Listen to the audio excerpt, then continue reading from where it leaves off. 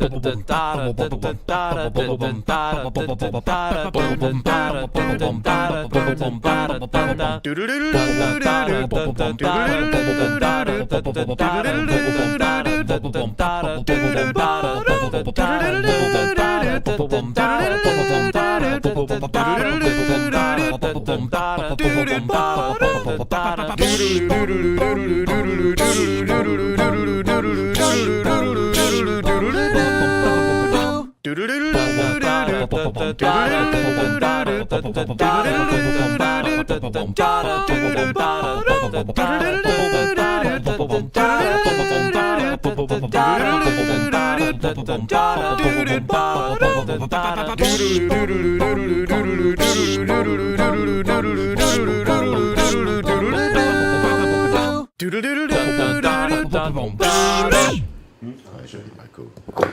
know I was looking at it too. I don't know what's gonna pick up.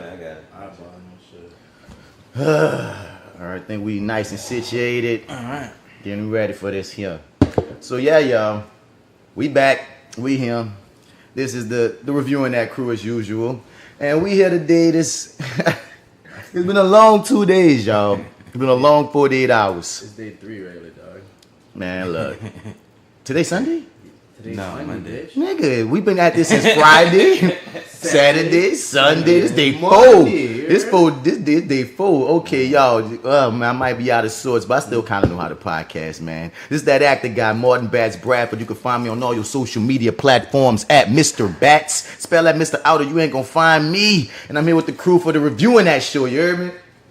It's your favorite host, Marty here. You can find me on social media, MartyEdwards504 on Instagram, Twitter, and Snapchat. Also, check out LoneRainPictures.com. Click on the Your30 tab where I co-host a show there with the Arrogant Observer called Your30 with Marty and the Arrogant Observer. Y'all hear he sound like Hi Marty already, right? My nigga is tired. My nigga is tired.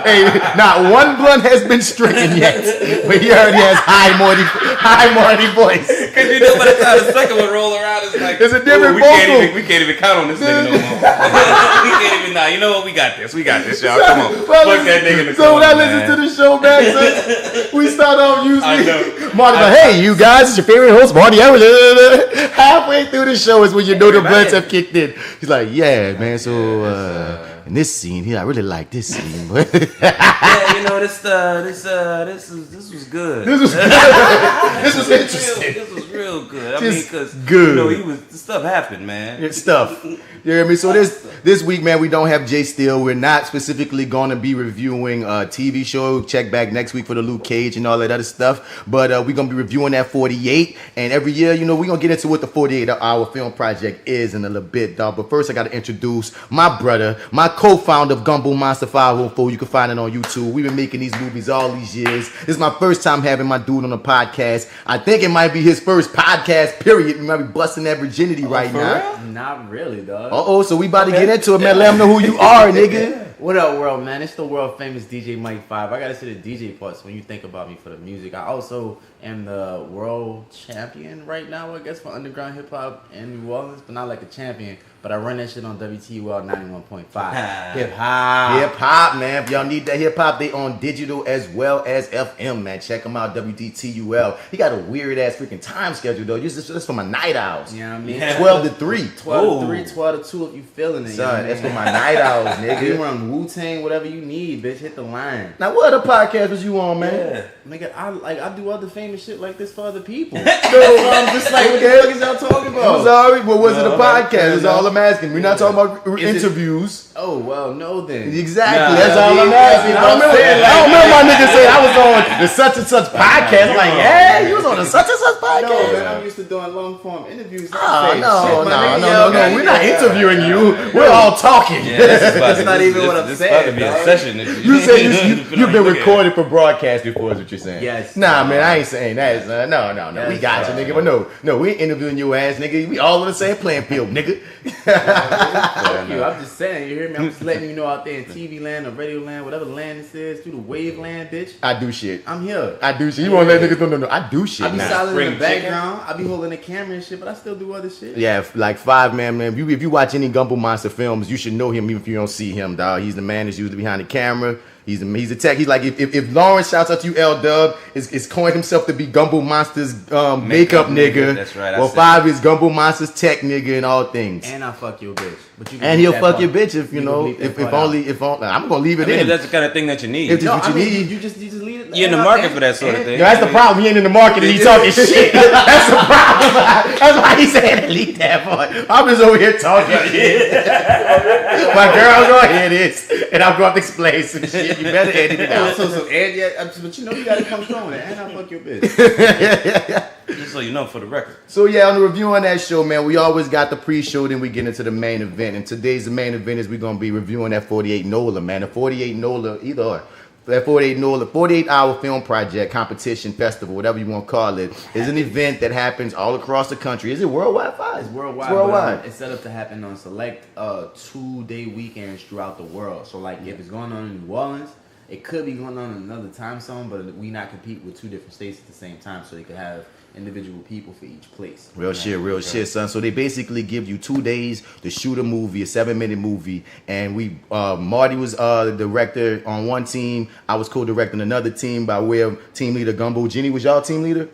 I was the team leader this year. All right, but we kind of it's almost like Jenny is his mic. It's like because y'all two come together. Okay. You know what? Let me take that back. Let me rephrase that. Before Jenny hear this, let me rephrase that. We are co-leaders. That's how me and 5 we're co-leads, but you took lead on director this year, basically. I got you. So we all have stories and an experience just to capsulate, to get it all together for what that can be. I know some people that listen to this, like to hear, the stories about acting and filmmaking and production and all that. So this is one of those episodes for you. What I was about to say after that, I had something in my mind to say right after that. Oh, because last year, I think we did a ghost episode of the 48 Hour. Cause I know we reviewed it last year. Man, it was me, you, and J.Steel before we became the reviewing that crew. Oh, shit. Because there's one episode. There's this one episode that it uploaded corrupted on the site. And by the time I caught that it didn't upload, I had already deleted the file. So it's like... do you delete them once you upload them? I delete them after a period of time because it takes up so much space on my card and on my computer. I don't, and I'm suffering for it now. Oh, see, you have so much space. Son. So it was the same episode we reviewed the 48 and Spider-Man: Homecoming. Oh. We did both of those on that night. Like it's really the birth of the reviewing that crew with us three talking about it. And I wish it wasn't corrupted. So this will be probably the first official reviewing that of the 48 hour we get to do. And we're gonna save that for the main event because in the pre-show, dog, I wanna ask y'all a couple of things. I know Mike didn't get a chance, so maybe it might surprise me. This is Comic-Con weekend. Yeah. Did y'all get a chance to see any of the new trailers? Yeah. I specifically want to talk to you because you're a DC hater from what I've come to find out. Fuck you. So, I'm a hater of this iteration of Christopher Nolan's run of Batman, which is only, I guess technically you can't really count on him. Anyway, I like the Dark Knight trilogy. He ruined the DC world though, in the same vein. You know what I'm saying? Like he did the best iteration of anything DC has ever done. He did the pinnacle of what they could have, and now they're just stuck. Like, and they keep trying to know what to do. Yeah, it's just like look, they keep. They could get another nigga though, but it's like there needs to be one fucking. And then brain. So or you need to go in a different direction. Because what Christopher Nolan did with the Dark Knight trilogy was amazing. But after that, now we have to have realistic Superman, realistic Flash. And I'm like, everybody gotta be dark. Y'all could have really took the opportunity that when Christopher Nolan left to just have a whole new vibe. Something different, yeah. Whole new vibe, and they didn't do that. But then they sort of half-assed, like, well, we're not going to get rid of Christopher Nolan because he's a fucking cash cow. So we're going to have him produce Superman, but what was it? I like Man of Steel, though. People are mixed on Man of Steel. I'm a fan. I enjoyed Man of Steel, too. Yeah. I fuck with Man of Steel. When he kills Zog? Yeah. I fuck with Man of Steel. I like the Kevin Costner one. Is that different? That's Man of Steel. Yeah. No, come on. How can you not forget that though. Hey, what was I supposed to do? Let him die?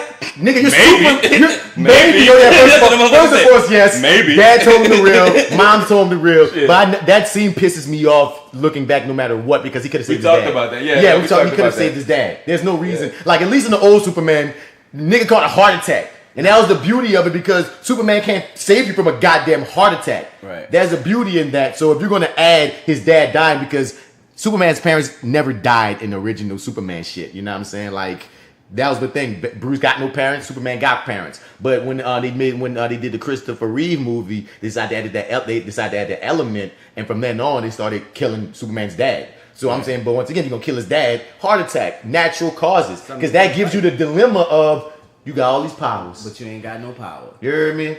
Yeah.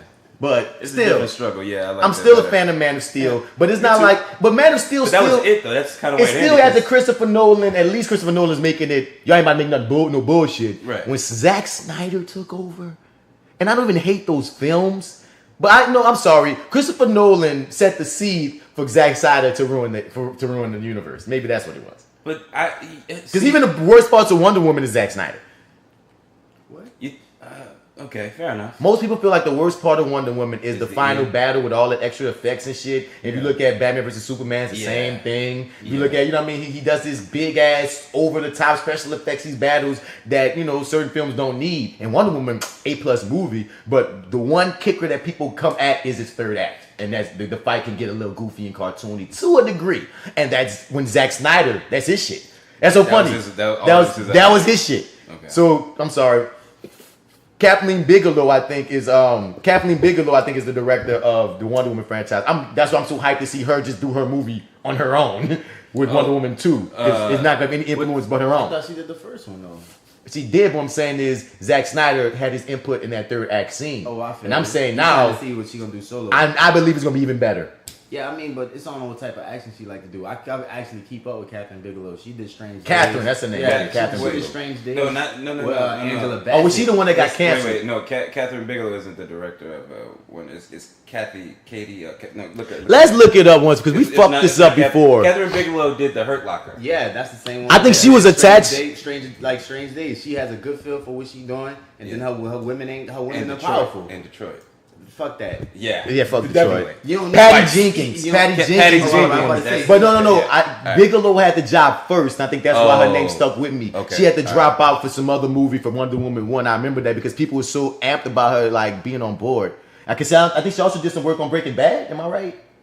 Could be. I might be mixing up these women directors, but what you about to say about the DC universe and how much you hate it? Because you're just I don't remember exactly. I'm not gonna lie to you. Well, out of Comic-Con, we got a whole bunch of trailers. Yeah. The Flash. I did see them though. The Flash trailer is amazing. I'm not gonna jump in there because y'all don't keep up with. No, you keep up with Flash. Time out. Flash movie trailer? No, Flash season play trailer.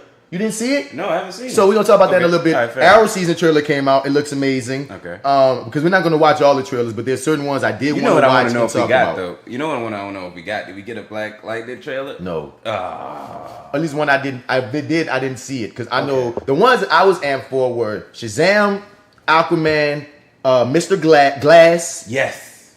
Arrow. I mean all the CW shows, and all the CW shows I saw were Arrow and Flash. Their trailers dropped, and you know when I watched the Shazam and the Aquaman after listening to y'all episode of Your 30 and you shitting on my DC, and I was like, ooh, I want to hear what he got to say about these new DC trailers, bitch. Okay, I will. Yeah. Okay, so here's the thing. I like Jason Momoa a lot, and I like this version of Aquaman, even though it's starting with Aquaman. Then, Mike, have you seen any of these trailers? No. All right, so we gonna watch this Aquaman official trailer number 1. I don't hear shit till after we watch this motherfucking nigga. Right. You hater. My father was a lighthouse keeper. My mother was a queen. But life has a way of bringing people together. We could unite our worlds one day. Check it out. Arthur is talking to the fish.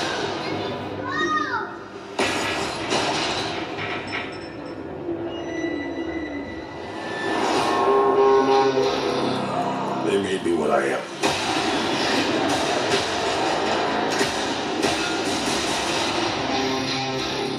The rest of them come aboard.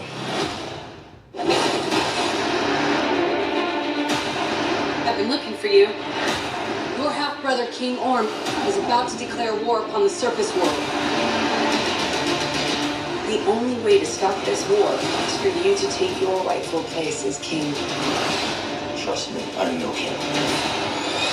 You do your best thinking when you're not thinking at all. That was the worst pep talk ever. You might want to strap in. Welcome home.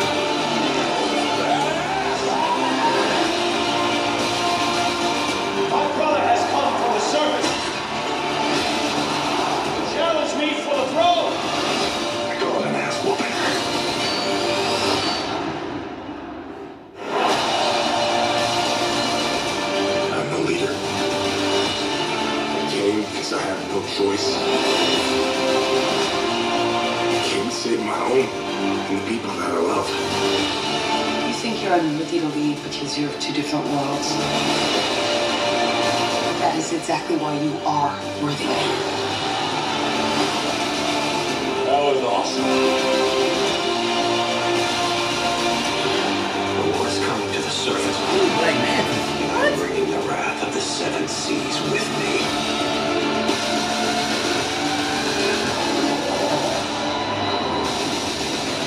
Here. What are you doing? Should have a parachute. Redheads, you gotta love them.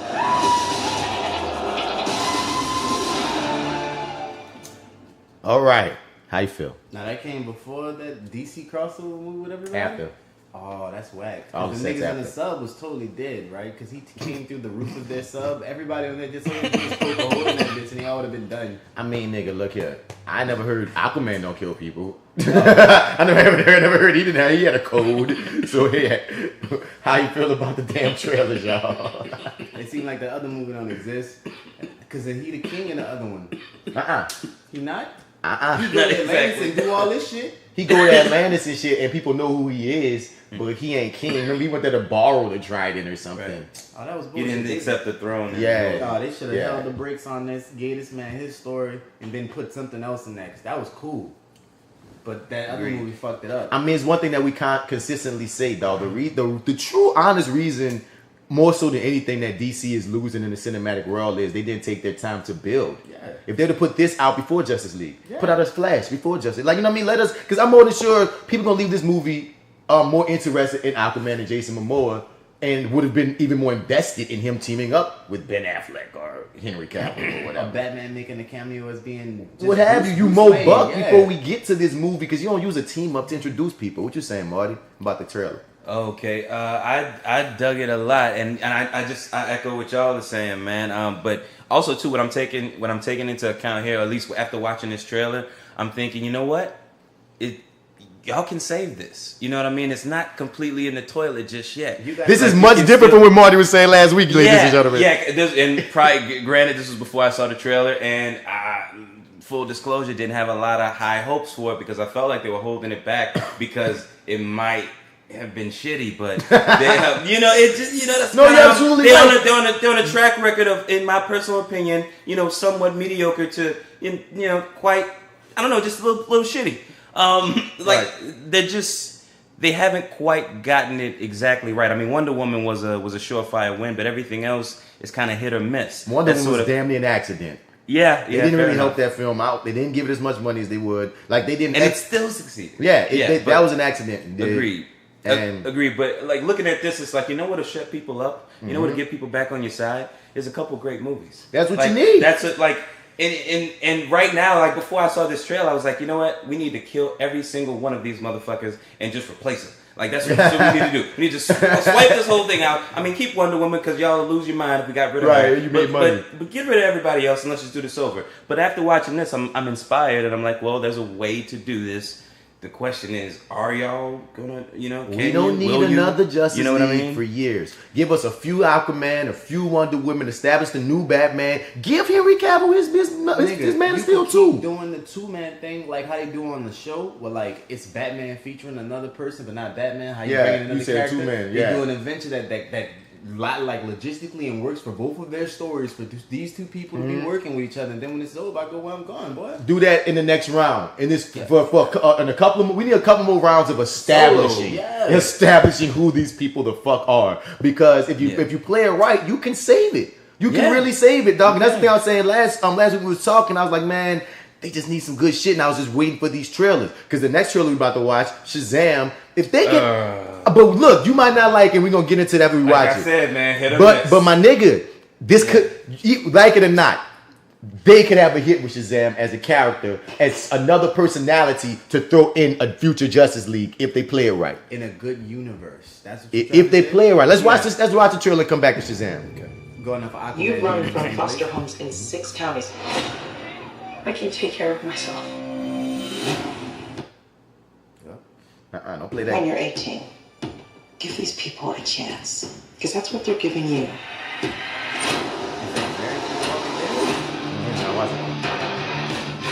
This is Billy Batson. Make sure you make him feel at home. They seem nice, but don't buy it. Yeah. It gets real Game of Thrones around here. Dude, just messing around. You look at me and you're like, why so dark? You're a disabled foster kid. You've got it all. If you could have one superpower, what would you pick? Everybody chooses flight. You know why? So they can fly away from this conversation? No, because heroes fly. What, you need a fake family to stand up for you? Hey! Man, sorry about that. Go, go, go! Grab it! Get out the way!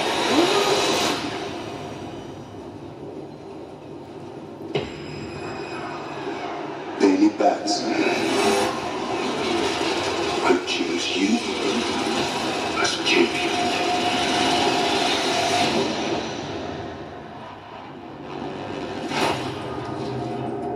Hello? Say my name so my powers may flow through you. But I don't know your name, sir. Shazam. Wait, for real? Say, okay! Shazam?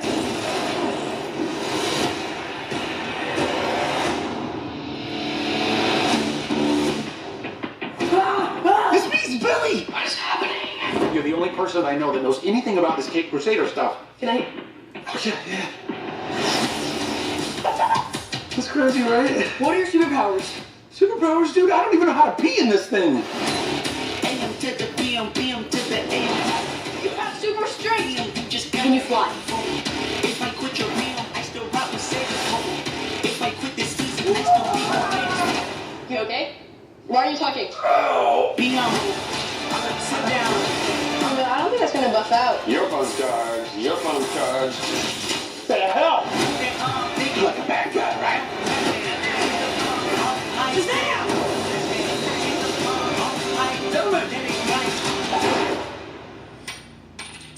You have bullet immunity! I'm bulletproof. You're dead.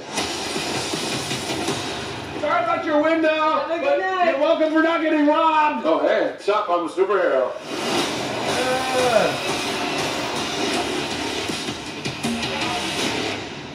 Alright, that was a little Ignatius. Marty ain't got no soul. I don't care. I like it.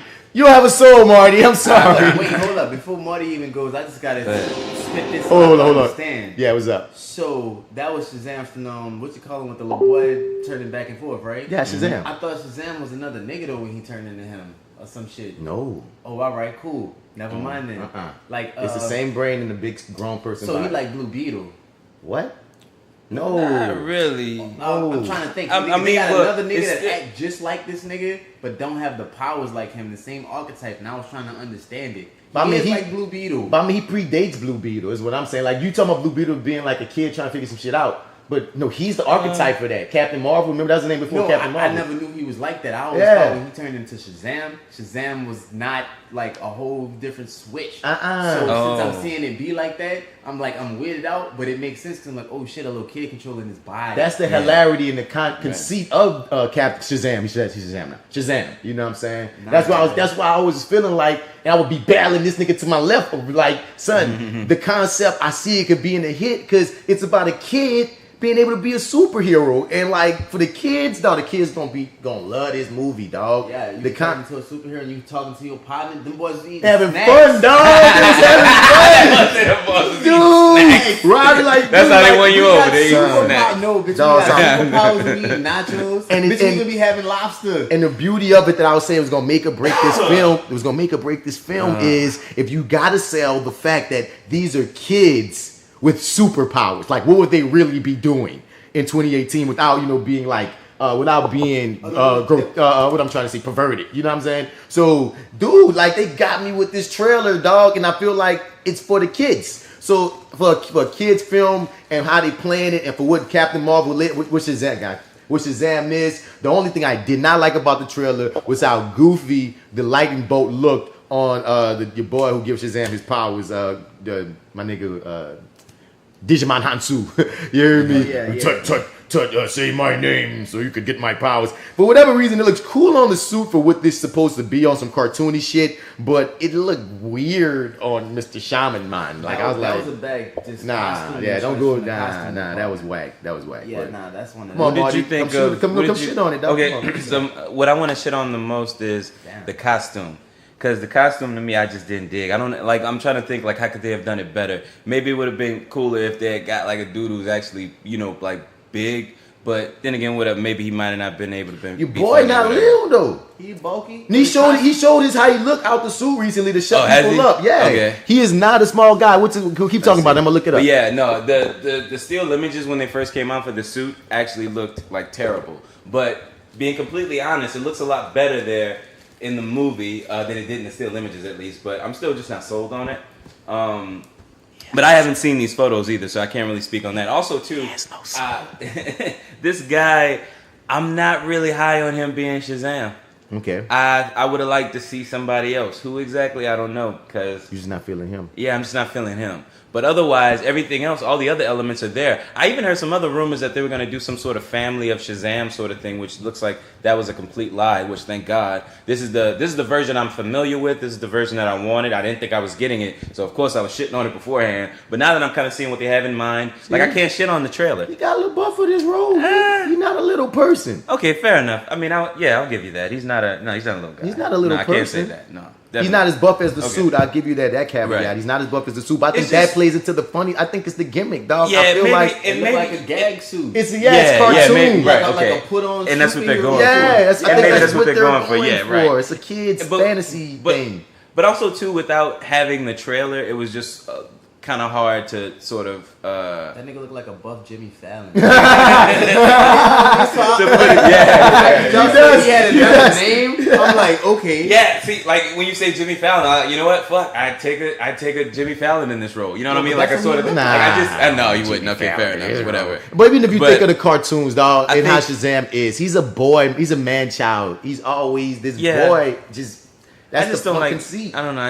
You don't like him. I like Zachary Levi. See, the thing is, I don't want to shit on that guy, but I just, for this, I kind of just feel like. So what's the archetype that you would have looked for Shazam? Because I like what he's doing, but I feel like there's another way that you see how this character could be portrayed besides this. You know what? I don't exactly have it in my head right now. I want to immediately. I want to go to Do you watch the animated DC or you only watch the movies? Because the animated DC for this one is cold. He be a little runaway dude and he help out. And it's like this. Yeah, but he be thugged out. Like when the old timers see him do a good deed, he be like, "Come here, let me flip something on you," and he hit him with the jutsu to how to turn into it. And it's cooler. Than so how did you not remember that he's still himself when he's Shazam? Boy, in the anime shit, that nigga hard as fuck when but, he's Shazam. But he a thug when he a little kid too, though. But he'll never be goofy like that now. He be way more because edgy. they updated that shit. In the new Shazam, they made him an edgy team, but like they mixed it on this movie. He's edgy, but he's still having fun. And what now? We will say this. We will agree on this. What? DC needs fun. Yeah. Definitely. This was mad. And this is exactly DC needs fun. It's like they Ant-Man if it go right. Yes. Right. This is their Ant-Man. Yeah. But this one could go better actually. Okay, fair enough. I'll give you that. And if they do a Justice League after years from now, after establishing more Aquaman, establishing Shazam, we may be getting the Flash. And you know what I mean? There's a lot of good that could come for DC. That's what exactly. So you give them a couple good movies. Maybe they can shut Marty up. An originator. That's their only. I think they are being original because one thing that DC is doing that Marvel isn't is they have committed to letting their directors do their thing. Like Kevin Feige is the executive producer of Marvel, and like that's how niggas then got fired. It's almost like Star Wars, like with Disney and shit. Like if you're not staying on task for how we want our shit to go, we'll just While DC is like, you know what? Do whatever you feel, Patty Jenkins, or what's the director name? They right? gotta do that shit. Do whatever Wonder you want Woman. to, you know what I mean? So it's like that, and James Wan and everything. And I was wondering how he's gonna do the with Aquaman, how James Wan was gonna do the freaking underwater thing, but they said straight up that they doing an effect that wasn't even invented 5 years ago. For Aquaman and them underwater, and it's just really they're not underwater for real. Of course, it's a lot of they put them on rigs, and with the technology, it's a subtle type of situation. So it's to animate the hell. Yeah, but no, it's other things. So they really went some new age shit. But like you said, it's the hair. It's so because if they're underwater, they kind of always have to be moving. Yeah. So it's a bunch of things. I'm curious to see how they pull that one off. But last up, before we get to the main event, let's get to this Glass My favorite trailer. one. Oh, good. We saved the best. Oh yeah, let's get to this Glass trailer, bro. You seen? Wait. Before we start it, have you seen Split and Unbreakable? Mm-hmm. Okay, cool. Okay, so we all on the same. I was confused when this shit started, and I saw a girl from American Horror Story. I was like, I didn't know she was in this. Yeah, I was like, oh, okay. Okay, I thought it might be a trailer, like a ad for American Horror Story playing. Oh yeah. Before my goddamn Glass trailer, I'm like, what the fuck? I don't care about this. Give me Samuel. But let's get into it. Yeah. It's amazing to meet you. It is simply extraordinary.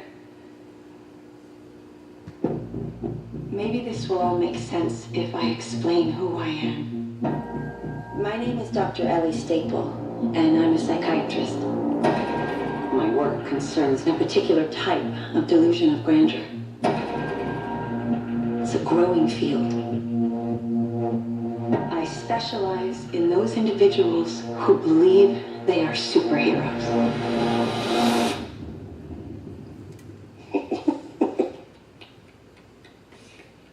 Good for you.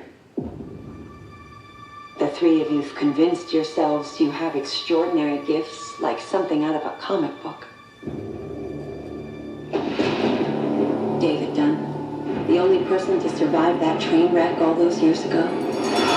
What do you do? I'm in security.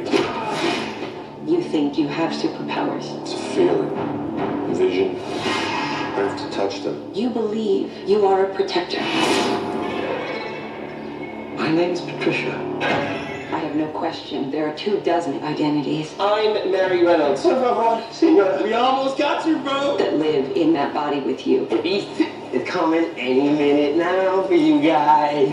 But what I am questioning is your belief that you are something more than human. And yet, it is true. My bones break easily. And I've hit 94 breaks in my life. But you have an extraordinary IQ. This is not a cartoon. This is the real world. No way. And yet, some of us still don't die with bullets. Some of us can still bend steel. I've been waiting for the world to see that we exist. May I meet the beast? I hope for your sake that he likes you. That sounds like the bad guys teaming up. A lot of people are going to die. Don't do this. Are you ready?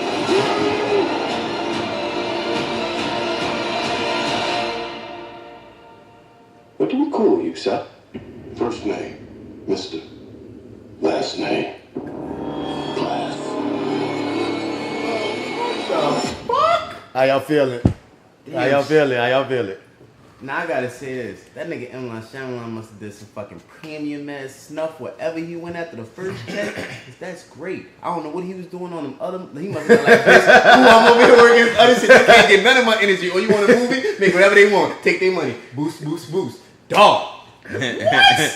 Ooh. I feel like, nigga, I like The Happening, but it was a fucked up movie. People felt The Village was crazy. Other shit was good. I really felt like that nigga was like, man, I made one fire movie. I'm gonna just go back to that one.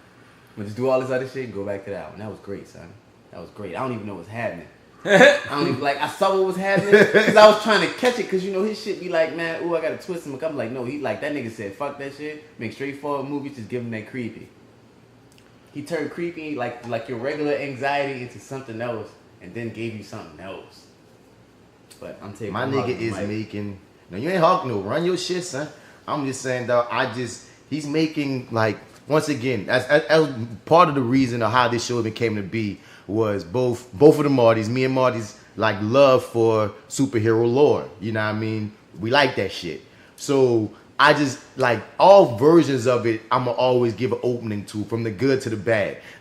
Marty hates Batman versus Superman, but he saw that shit though. You hear me? I did. Went to the preview screen and stood in the line. He hates it, but he'd give all that time talking that shit about it though, because we fucks with the genre. Batman kicked ass though. See, the genre is something that just attracts me, dog. So when I first saw Unbreakable, dog, and you get that twist to find out, wait, it's a superhero film, son. It was one of the biggest, oh my gods in my life, dog. Then when you watch Split was amazing by itself. So then when you set it in the same universe as Unbreakable, I almost shat myself literally. So when we heard that Glass was coming and that he was going to just make an out-and-out superhero film after he already did basically the backstories for these characters, for the hero, for the villain, and he's been sitting on this story since Unbreakable. Because your boy from Split was supposed to be the bad guy in Unbreakable. He just didn't have time to really do it like he wanted to. So he's been sitting on this for all these years, like you said, Five, making hit or miss films. Bullshit. A lot of misses. Bullshit. Dude, I am so amped for this movie, son. Because when you just see those three personalities sitting in the same room, I'm like, oh shit, this is amazing. Well, the cool thing is, echoing everything you guys said, Unbreakable, I remember going into that and digging the fuck out of it at the end. And I just remember that being just a dope movie. And one of those movies that, I don't know, up until recently with Split and everything coming out and that big reveal at the end of it, I kind of felt like I was by myself with that movie being downright brilliant. I was it was masterful at the beginning. I still remember that shit frame by frame, how they shoot it, he's shooting in between those seats. And it's Bruce Willis trying to hit on that chick.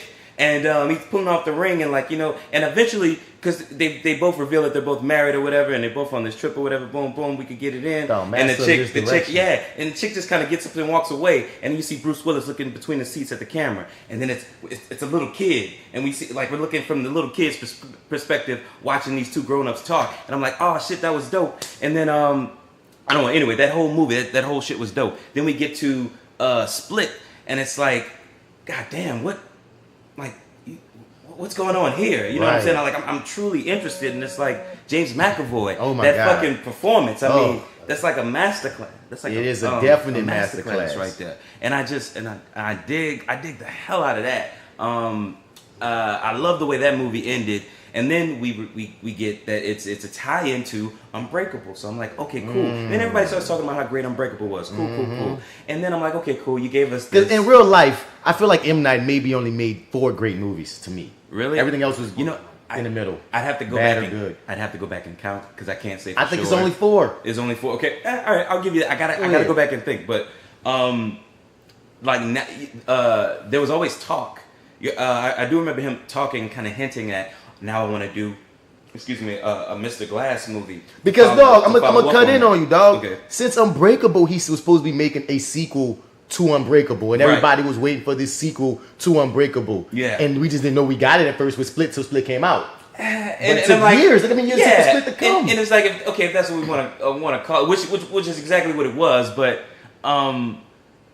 this one is just okay, so now you connected these two universes, and then now there's a follow through with all 3 of them. We got Bruce Willis, we got Sam Jackson back, and we got James McAvoy. Cast. It looks. Look at this great. cast. It looks great. I mean, I feel like I'm just super excited for it. I love the 2 movies to come previously, And it looks like I'm gonna love the hell out of this one. So I mean, of course, we're gonna be reviewing that. So we're definitely gonna be reviewing that shit. To stay tuned. And then, like I said, the way what he does with the genre, how like I said, he has the villains teaming up. We have the hero. It's just, oh my god, we got the girls. But do you think that? So I feel like this movie has the potential to maybe have no twist. Like, no, because I feel like we're gonna have a twist. You think we're gonna have a twist? It's in Night Shyamalan. It's in your face, dog. It's like Bruce Willis gonna fucking kill somebody. Something. Either Mr. Glass gonna activate a whole nother nigga. Something. Or like Mr. Glass superpower gonna be activating superpower. Don't trust the girl. All day. Yeah, don't trust the girl. You hear me? Maybe the girl gonna flip. She gonna come into whatever her superpower gonna be. Or villainy. She might be the villain. They did have this reference. She might be his Harley Quinn. She might be. This might be the origin story for her being a villain. After we saw she was damaged and split. Yep. We might see her real turn happen in this. Mm-hmm. And even though we're gonna most likely end our story of Bruce Willis versus Samuel, whatever happens with her, he's gonna leave that back door open. Right. Possibly. Okay. Hot take. I can't wait for that. Hot take, possibly, bro. So yeah, dog. So that was great. What you say, my dude? That was great, dog. Like the methodicalness of it is like super. No, my only point I really wanted to make is psychology. That because they brought that shit up with thinking about the human brain and conditioning yourself. How you said like dude could be an activator. He could have been playing buku seeds with other people on some whole other shit. So Glass. Even if he get killed, he gonna like some other shit. He already put some other shit into motion. Like and one thing, the black just does not crack, does it? Because Samuel kind of looked the same, just they put gray streaks in his hair. When they put the close-ups on his face, I'm like, bro, you look the same, bitch. Like, go ahead, let's go, let's get it. Like, Bruce looks visibly different from then. Samuel, they just threw some gray in that man's head and said, let's go. That boy been working. I'm good. Oh, yeah. And big ups to James McAvoy. So, yeah, those three were standout trailers for me coming out of Comic-Con. Like I said, we don't have time to get into, wait, you didn't even see the Flash one, huh? We'll talk about the Flash one. We'll talk about the Flash one later. It was cute, We'll talk about the Flash one in the next episode. But I won't get into this main event. I won't get into talking about. Hold up, I'm getting messages and stuff. I won't get into talking about and reviewing that 48-hour film festival. What I'm on already posed in. Okay, cool. But anyway, Let's get into reviewing that 48. Let's go. So, 48-hour film project. Like I said earlier, dog, they give you 2 days, 48 hours, to come up with a film that's 7 minutes long. They give you a line of dialogue that has to be in your film. They give you a character whose name and the character and their occupation has to be somewhere in your film. They give you a prop that has to be somewhere in your film.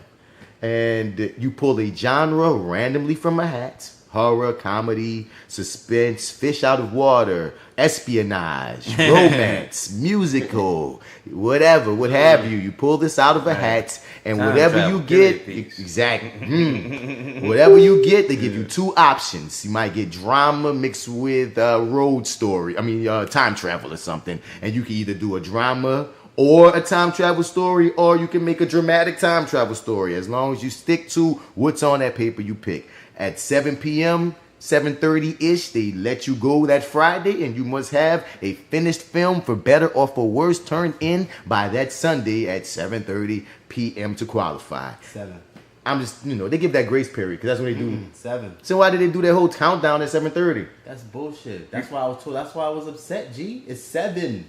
Well, damn, they did a whole countdown at 7:30 saying, look, this is the absolute last of the last. You know what I mean? Yeah, we're taking. That's supposed to be like, oh, all right, all you guys are going to be considered for the audience award and be videotaped and stuff, because they still videotape and they have a cutoff point for that. After that, they if you after 7:30, 8 o'clock, they start packing all that shit up. We wasn't supposed to be there them extra 2 hours. Don't spoil it. Don't bear the lead. He bearing the lead about our journey. I really want to hear about y'all journey. I have questions for y'all. Oh, man. So... Ain't no questions, guys. That's all fucked up. So first and foremost, I want to just start with... first, let's give people your background, your history with the 48-hour film fest, man. Either one, you can start. My experience in background is only about 2 years, so I think we should maybe... mine will be real short and sweet. Actually, you know what? I'll go first. Bump that. I started last year for the first time, and it was pretty. I don't know. The experience was pretty dope. It was always a lot of butterflies. Always nervous as hell. Last year was the first time, so it was a crew that basically we had just kind of. I worked with a guy who shot stuff and did editing, but he more so did like music videos and stuff like that. So he was looking to get into more narrative stuff. And I told him, hey, Jenny was thinking about putting together a crew. Shouts out to Jenny L. Shouts out to Jenny L. Right. We're not supposed to be using names, are we? Okay, we can shout out people in a positive way, but if we have anything negative to say, we won't say your name. Gotcha. Okay, cool. So basically, she wanted to get a crew together. She asked that I wanted to kind of partner with her and kind of put a team together for the 48. And I said, yeah, hell yeah, let's do it. And I hit my editor who was actually my editor in DP that year. Hit him up, and he had another partner who kind of does music and stuff like that. And those two guys came through. They did the music for us and everything. So we basically had music, we had cameraman, DP, director, the script, all that stuff. We had a bunch of actors, and it was just everything kind of fell together. We had everything that we needed, and like last minute we got it in there. We got it together. I mean, we got the film in there that we wanted to get in there, and it was we had all these grand promises and stuff. We're gonna work together. We're gonna do this and that, and we pretty much didn't do anything. Got together this year again for the second year around, and yeah. So, but now we got a whole bunch of plans and stuff. Plus, I got to go there after we get done here. So, I mean, like, there's a whole bunch of plans for the future and whatnot. So, hopefully, we're able to execute on all that good stuff. But anyway, this year around, it was. I don't know. It was real strange. I mean, I don't know. I don't know if we want to get into straight details right now. Not yet. Okay, cool. So, it's preamble. Right. Preamble. Okay. I can come save you right now. Yeah, please do. I was trying to get my girl something to eat because she was bugging out at the crib, but that's just whatever. So yeah, shouts out to Kelly. Anyway. Shouts out to Kelly, and we ain't talking about one of them bitches of yours out there he might fuck. We talking about his girl. Okay.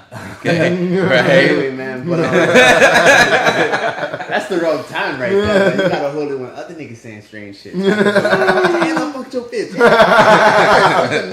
No. But anyway, back on task. So I don't even really start like, man, because the story like sounds like, as if I'm telling you a story. That's what we here for. Boom. Katrina happened. Niggas sitting on the freeway, you hear me? Just taking in the lusciousness of being a evacuee or whatever the fuck. I got no camera at this point. I ain't got no nothing. And like me and the fam is out here hurt. Me and this fool like talking to each other on like some, you text me, I text you back, and then we meet in the middle on the message. Like, man, come out to Atlanta, my nigga. Come see me in Atlanta. All right, boom, we get out. We in Atlanta. Like, man, what we gonna do, man? Shouts out to moms. You know what I mean? For giving us somewhere to stay and trying to put us in the school, whatever that was. You know what I mean? Fucking Georgia. But the whole time, nigga really like, man, all right, our city destroyed, dog. What we really gonna do? Like, that was like a question like posed to us from what was going on. But then also like being like, nigga, we have nothing else to do. What we gonna do? So like our homie Cloud had been drew this creative character, Grudge, the GumboMonster, like outside. Nah, he ain't call it GumboMonster then. He was just Grudge. But I'm saying like that, so Grudge was always around, and I was like, that shit fire, but we ain't got nothing to do with that shit. So like we all started like slowly then at that time pooling all like our resources together, and we was like, man, we need to have a name for whatever this thing is that we kind of just slowly starting to build. So it was like, man, we should be like GumboMonster. That's I'm gonna cut in there. Let me speed through so I don't have to go like. No, we can know. This is a podcast, dog. Yeah. Details is cool, son. Details is fine. I'm gonna slide up in here a little bit, son. So we had all those feelings, but no, we weren't even on a name at that point because. I was gonna come back to that because it tied into the start. No, I'm just gonna say this part about it of like we just had that fervor. You know what I'm saying? Like we gotta do something because the thing is, ever since high school and shit, I always wanted to like we got a big production company, dog. Like I always wanted to make movies. I used to say, man, I used to call it Impact Productions. I like me gonna make a big ass production company doing everything. I used to even say, dog, pretty soon everything going to computer to internet. I used to always feel like I called it. Yeah. Like that's one sincerely, son. I said. Telling me we're gonna be watching TV on the computer and shit, all that. That's to come. I was like, at one point, I was like, we gotta put .com on all our shirts because I felt like, even though I still was like, Cloud was right about branding, we need to have put .com on all our shirts. But like, my thought process was, everything gonna go to the internet. Let's be ahead of that shit. But it was like, trying how to get ahead. I didn't know how to do it. Like, you know what I mean? Nobody really teaches you these things. Like, I would read, not to get everybody, try to get everybody excited, but a lot of times it's just a dream and niggas is busy with other shit and whatnot. But after Katrina, it was almost like Mike was like, remember that shit you used to be talking like, about? But it wasn't even like popping it. We was like just starting college, so like, you know, we didn't really have no true like direction. Well, he was on some other shit. But like from me to him, he was like, dog, I see you fucking with this movie shit. But it started to, I was already jumping in the theater and the acting shit because like I was always with it. And Tulane, at first, Bob didn't know what he wanted to major in. I was just dumb. Yeah. In the building. And at a point, he used to work with the camera in high school, but he got away from it a little bit. So I got it. Like, let's niggas was broke, man. Look at that. So at Tulane, he got back into filming and shit. And as always, I made this promise to him back then. It was always the rip. I was like, son, as long as you got a camera, you got an actor. That was just it. Was what it was. Any project this nigga had to shoot something for Tulane, I'm like, what you need, son? We at the roof somewhere. What we shooting? What we doing? You feel me? Yeah. So it was almost like the energy from Tulane mixed with, it wasn't even just Katrina happening. It's the fact of the aftermath of Katrina was sucky. Like, yeah, we you know what I mean? Here with nothing to doing nothing. We ain't got no money. Niggas is dying, literally. Yeah. Family members and shit. Like, life is just weird, dog. Yeah. So that's, like I'm saying, that's why I say I got to track. Like, it wasn't even like when Katrina happened. It was Katrina happened. No, we living in Georgia for months. We come back to New Orleans. New Orleans ain't together. New Orleans sucking. You know what I mean? Things is just weird and shit. You know what I mean? And like I said, even at that time, I'm at Dillard University. Dillard didn't have a theater department at that point. And I always say, dog, like the output of being creative keeps me fucking sane. So that's what really got me into poetry heavy, because I'm like, I need to do something creative. I'm going crazy. I came to Dillard because they used to send them pamphlets to my house about their theater fucking year and shit. And I used to be like, damn, Dillard be doing plays. Dillard like this is the place to go for acting. So it was like, but now I can't act here. So it was like, fuck, what we gonna do? And then like, I'm gonna give it back to you. Like, you know what I mean? Just a quick question. I'm sorry. No, talk to what you're saying. Were you at Dillard at 05 in 05?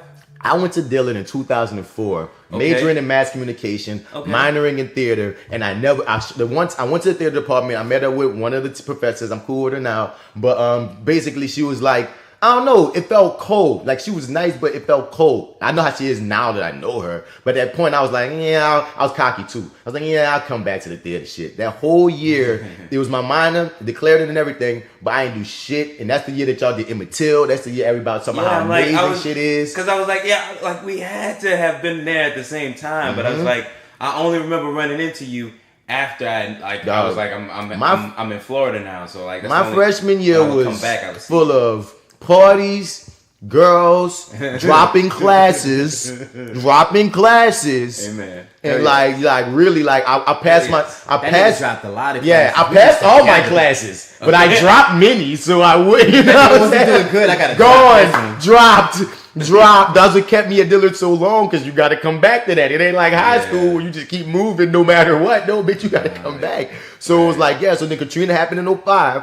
And then, like I said, we came back the second half of 05 for the spring semester. We living in a Hilton and shit. And they didn't have a theater department, I want to say to 07 or 08, because that's when we did Top Dog, Underdog. So it was like, when we talking about getting GumboMonster started and shit, like, that was when nigga had no true outlets to really do this acting shit. We had no money, no equipment. We just had ideas and dreams. So that bring us back full circle. Like, after niggas staying in their car and shit. Like, after moms had passed, I'm back home living with grandma. Shit, like, your grams and bounce. So we ain't got no home base. And like, we get like a flyer or some shit I was doing about the $40 film fest happening in the city. I was like, man, let's see what's happening with this shit. No, really, I was on the phone with this broad. I guess this works for this. And I was like, man, I was telling this broad about it, and she was like, oh, that sounds interesting. Are you gonna do it? And I was like, nah, I can't. And like, you know, I don't know. Like, women ain't really my like driving force, but I be feeling like a bitch sometimes if I'm like, yeah, baby, I can't do that shit. Mm-hmm. So like, man, after I took no weakness, man, I hung up on that shit. I called B. I was like, yo, man, I'm trying to do this shit. And then like we just started like gathering moss like energy off of that. Like the first one, we was working with these white dudes, Ben and Nathan. Homie Cloud had met them from Kinko's or some shit of like coming through Kinko's. The niggas love bats. They like, man, bats. Like bats before bats was like bats. They were like bats. Yeah, these niggas was like, yeah, like you're Hollywood, baby. I'm telling you, and all this other shit. Right. Like our first time we had a fucking.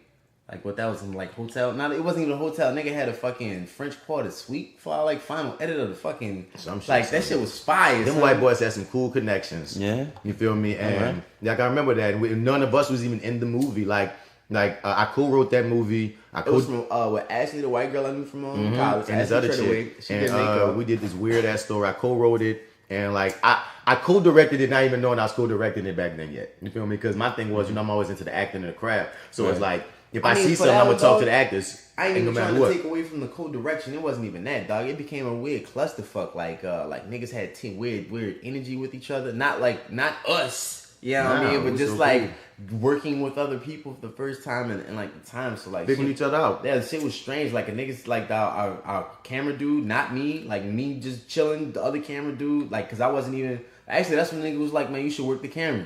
Like our homie Ben was like, man, I see you really focused on what's happening with the shots and all that. Like you just stay be gravitating toward that. You need to like invest. You were team lead on that one technically, right? Yeah, you know what I mean? Because the thing is, we didn't call ourselves GumboMonsters for a few years. We didn't come to that name for a few years. We had a name. We had all the right shit. We just didn't really have a name at that point. But I mean, you ain't gotta have a name to be working. I'm just saying this because we've been doing the 48. How many years? 12. Since its inception. Since it started. A decade plus. And the first year, like I said, we did that project and we got a movie in, and it was like we learned some shit about, like every time you do it, you're gonna learn some shit about yourselves and your craft, no matter what. So that first year was with them. The second year was with them too, and straight up, they already cheated. I'll say that. They just like, man, look, based off how bullshit went last time. Mike does not claim this year. No, I don't. You heard me? Like in a way, because I just felt like I just sat back and watched other people do shit. Like if I ain't really, I was a bartender or something. I did nothing. We started this. We started doing this because Mike saw a flyer, and basically Mike was like, "Nigga, you help me with this nigga?" And I said, "Yeah." And we assembled the team like Megatron. Nah, man, you know what it was, dog? I'm gonna tell you this, because this would really keep me enthralled, because this is what I thought the pitch of what truly the project is. It's supposed to be you and your peoples, not like you and your Hollywood production team, but you and your peoples. Y'all take up the weekend, make some crazy shit, and play it. You know, if your story complete from start to back, it's a movie. Now it turned into like this. But I ain't gonna. I know what you about to get to, but I ain't gonna say now about how hype. Regardless, all is still the principle of a 2-day weekend thing. You could do amazing things in 2 weekends, and that's the diamond you're trying to squeeze. But like niggas not respecting the rough and ruggedness of it. Like it's supposed to be rough and rugged.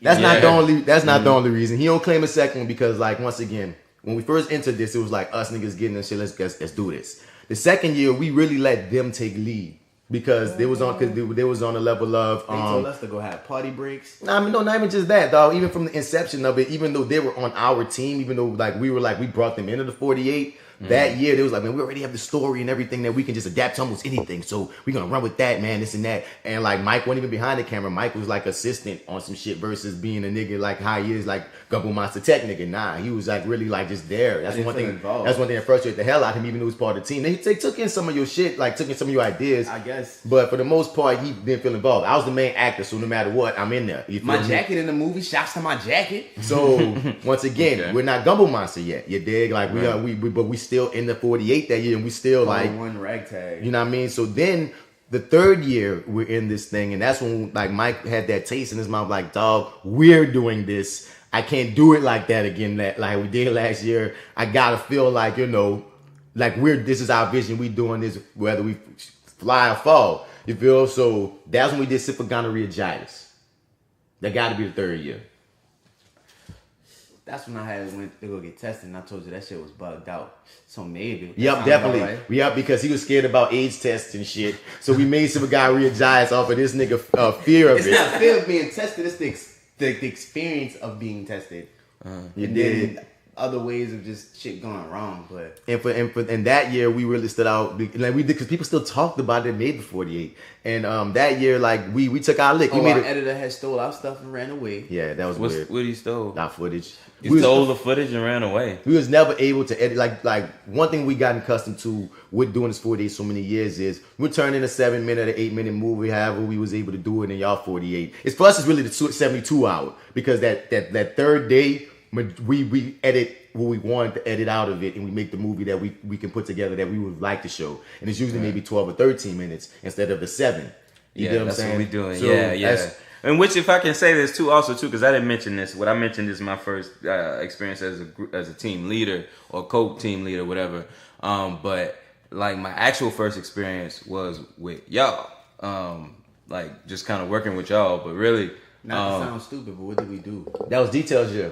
I believe it was. Yeah, Oh, this was when y'all was like. You saw some magic, boy. I don't know what you saw. That shit must have looked like, wow, what's going on? Nah, if I may, so basically, because like I didn't really stick around for the whole thing, because like basically y'all kind of went out to shoot, and then like it was a fucking long time for y'all came back, and then by the time, so I said, all right, cool, I'm gonna go home and then come back, and by the time I came back, y'all were editing everything, and I'm like, oh shit, I guess this is kind of over. This is just a waiting period. And the funny thing about Details was we were shooting and editing the same time that year. Yeah. So even if you saw someone editing, we might have still been shooting something somewhere. Because Lawrence was the one that edited. Yeah. Mm-hmm. Yeah. That's what it was. Lawrence killed that edit for Details. We came back and did little things, but he set the foundation for that. That nigga playing the guitar, yes. Yes. Okay. So yeah, because I was there for that scene. I was there for that. Yeah. I was actually okay. Cool. Right. Yeah. Like Roxy and Raheem. Right. Yep. Okay. So cool. Yeah. Details is a red gem on some whole other shit because it involves everybody. It's basically GumboMonster working at all 4 cylinders on some crazy other shit. So before we get to Details, it was Simple Gonorrhea That was the one we took our lick on. We made a 15-minute movie, and we said straight up, nigga, like we could knock it down to 7, but one part that nigga took our footage, one part we like the movie the way it is, we turned it in the way it is. It didn't flow right being short. Yeah, now I know a way we can make it flow, but back then our young minds was like, there's always a way. Once that's something else you can learn over making 7-minute movies for a decade. There's always a way. It might not be what you wanted personally, but there's always a way to make a ABC movie for the people, even though you know it could be better. But we set a precedent with that because after that, other people start turning in their long ass fucking movies because it became they saw it as a space for, well, even though it's supposed to be 7 minutes, we'll just turn our movie and still be screened. So that made the 48 be like, no nigga, we will not show your movie. It's more than 8:30, 9 minutes. We ain't fucking with that shit. So Simple Gonorrhea got some hype because we did it all on our own. Like you said, Mike, no extra people. We just grabbed our people. Shouts out to Alice Dez. Shouts out to Kane. We had shouts out to Cookie, Jamie. We had like people. Cookie wasn't there for Jamie wasn't there for Simple Gonorrhea. Oh, I'm tripping. That's what I'm saying. I thought we was on details no, we didn't get the details yet because I'm saying with Simple Gonorrhea, that's when we really made our core team. You know what I mean? Because people. Because Kane, big ups to you, Kane, son. Like I said in the call earlier, dog. Like me and Kane always see eye to eye, but that was my girl, son. And then and with GumboMonster, she's like a lot of times she was like low key MVP with the different skills that she had to bring to the table. You know what I'm saying? Who else was somebody? Because Lawrence came that next year. And Lawrence is another motherfucking MVP ass nigga. Shouts out to you, Arrogant Observer. But Rochella, D. Regis. It was a Kirk. Well, I forgot his name, but I ain't gonna say his name because he nigga stole our shit. But Chris, shouts out to Chris Rob. It was a lot of people that we brought together that came through that year for Simple Gonorrhea Giants, and we really became that year the black team. And that's one thing that I really take pride in, not to be on no identity politics shit. I'm just saying what it is. Though Hollywood in general is a white person's industry, and a lot of times we're just now fighting for diversity and inclusion and shit. So even all the way back then, you know what I mean, us being it would be us and another black team usually. Like now it's gotten a lot more diverse, but usually it'd be us and another black team, and that other black team wouldn't really be doing anything that'd be too freaking creative. Because one thing we love this show is like, no, dog, like you can make a sci-fi movie with black people. You can make a fairy tale movie with black people. We don't just have to make thug shit in the hood, or we ain't gotta just sell rocks all the time. Yes, right? And there's many different, and we all know this already as black creatives. So I was like, man, son, like win, lose, or draw, son, if we just keep representing as a black team doing something unlike what they're used to, I just love being able to shake it up like that. So after that, we did Nautilus. I think that's when Lawrence came on board. And once again, Lawrence has been a great catch and, core team members in this motherfucker. Right. Then after Nautilus, we get into Polite Strangers. And that's when we got Joseph and Raheem, and they became core team members in this motherfucker. Right. And from then on, it's like, we have the same team. We add people and we subtract people, or people don't come through or whatnot. But that next year for Details, that's what next year though. That's like let's further down the line. Details right after Polite Strangers. That's not right. Yes, it's very right. What? That's right after Polite Strangers. Yeah, am I right? I remember going to the screening one year actually, and I hadn't worked with you, but I remember I went for Kane had invited me, and Lawrence I believe too, to go see that one. That was one that y'all did at Dillard, right? And I think we did it a few places. But I'm about to say this. Yeah. I think we got Lawrence by way of Kane on some shit. Yeah. I think Kane brought in Lawrence and Roxy. Big up to you too, Roxy. Right. I was just saying. Oh yeah, no, I just remember seeing y'all have a long track record with the festival, man, and it's just like now that y'all are saying it, I'm just like I'm playing back all these moments, and it's like, yeah, this is there's been a build for a while I've seen this development here, like right in front of my eyes. And it's just, interesting to finally sit down and talk about it for the first time. But I just wanted to shout out, if I could, Black Hat Films, Chris and Kevin, for really, really, really coming through, and just the entire Rogue Martian team, because it's grown now. I don't want to shout out every individual name because I know I'm going to forget somebody. We got a lot of new additions over the weekend, and I look forward, to everything. But just want to, shout out everybody, the team, and Jenny L. Everybody needs a Jenny L.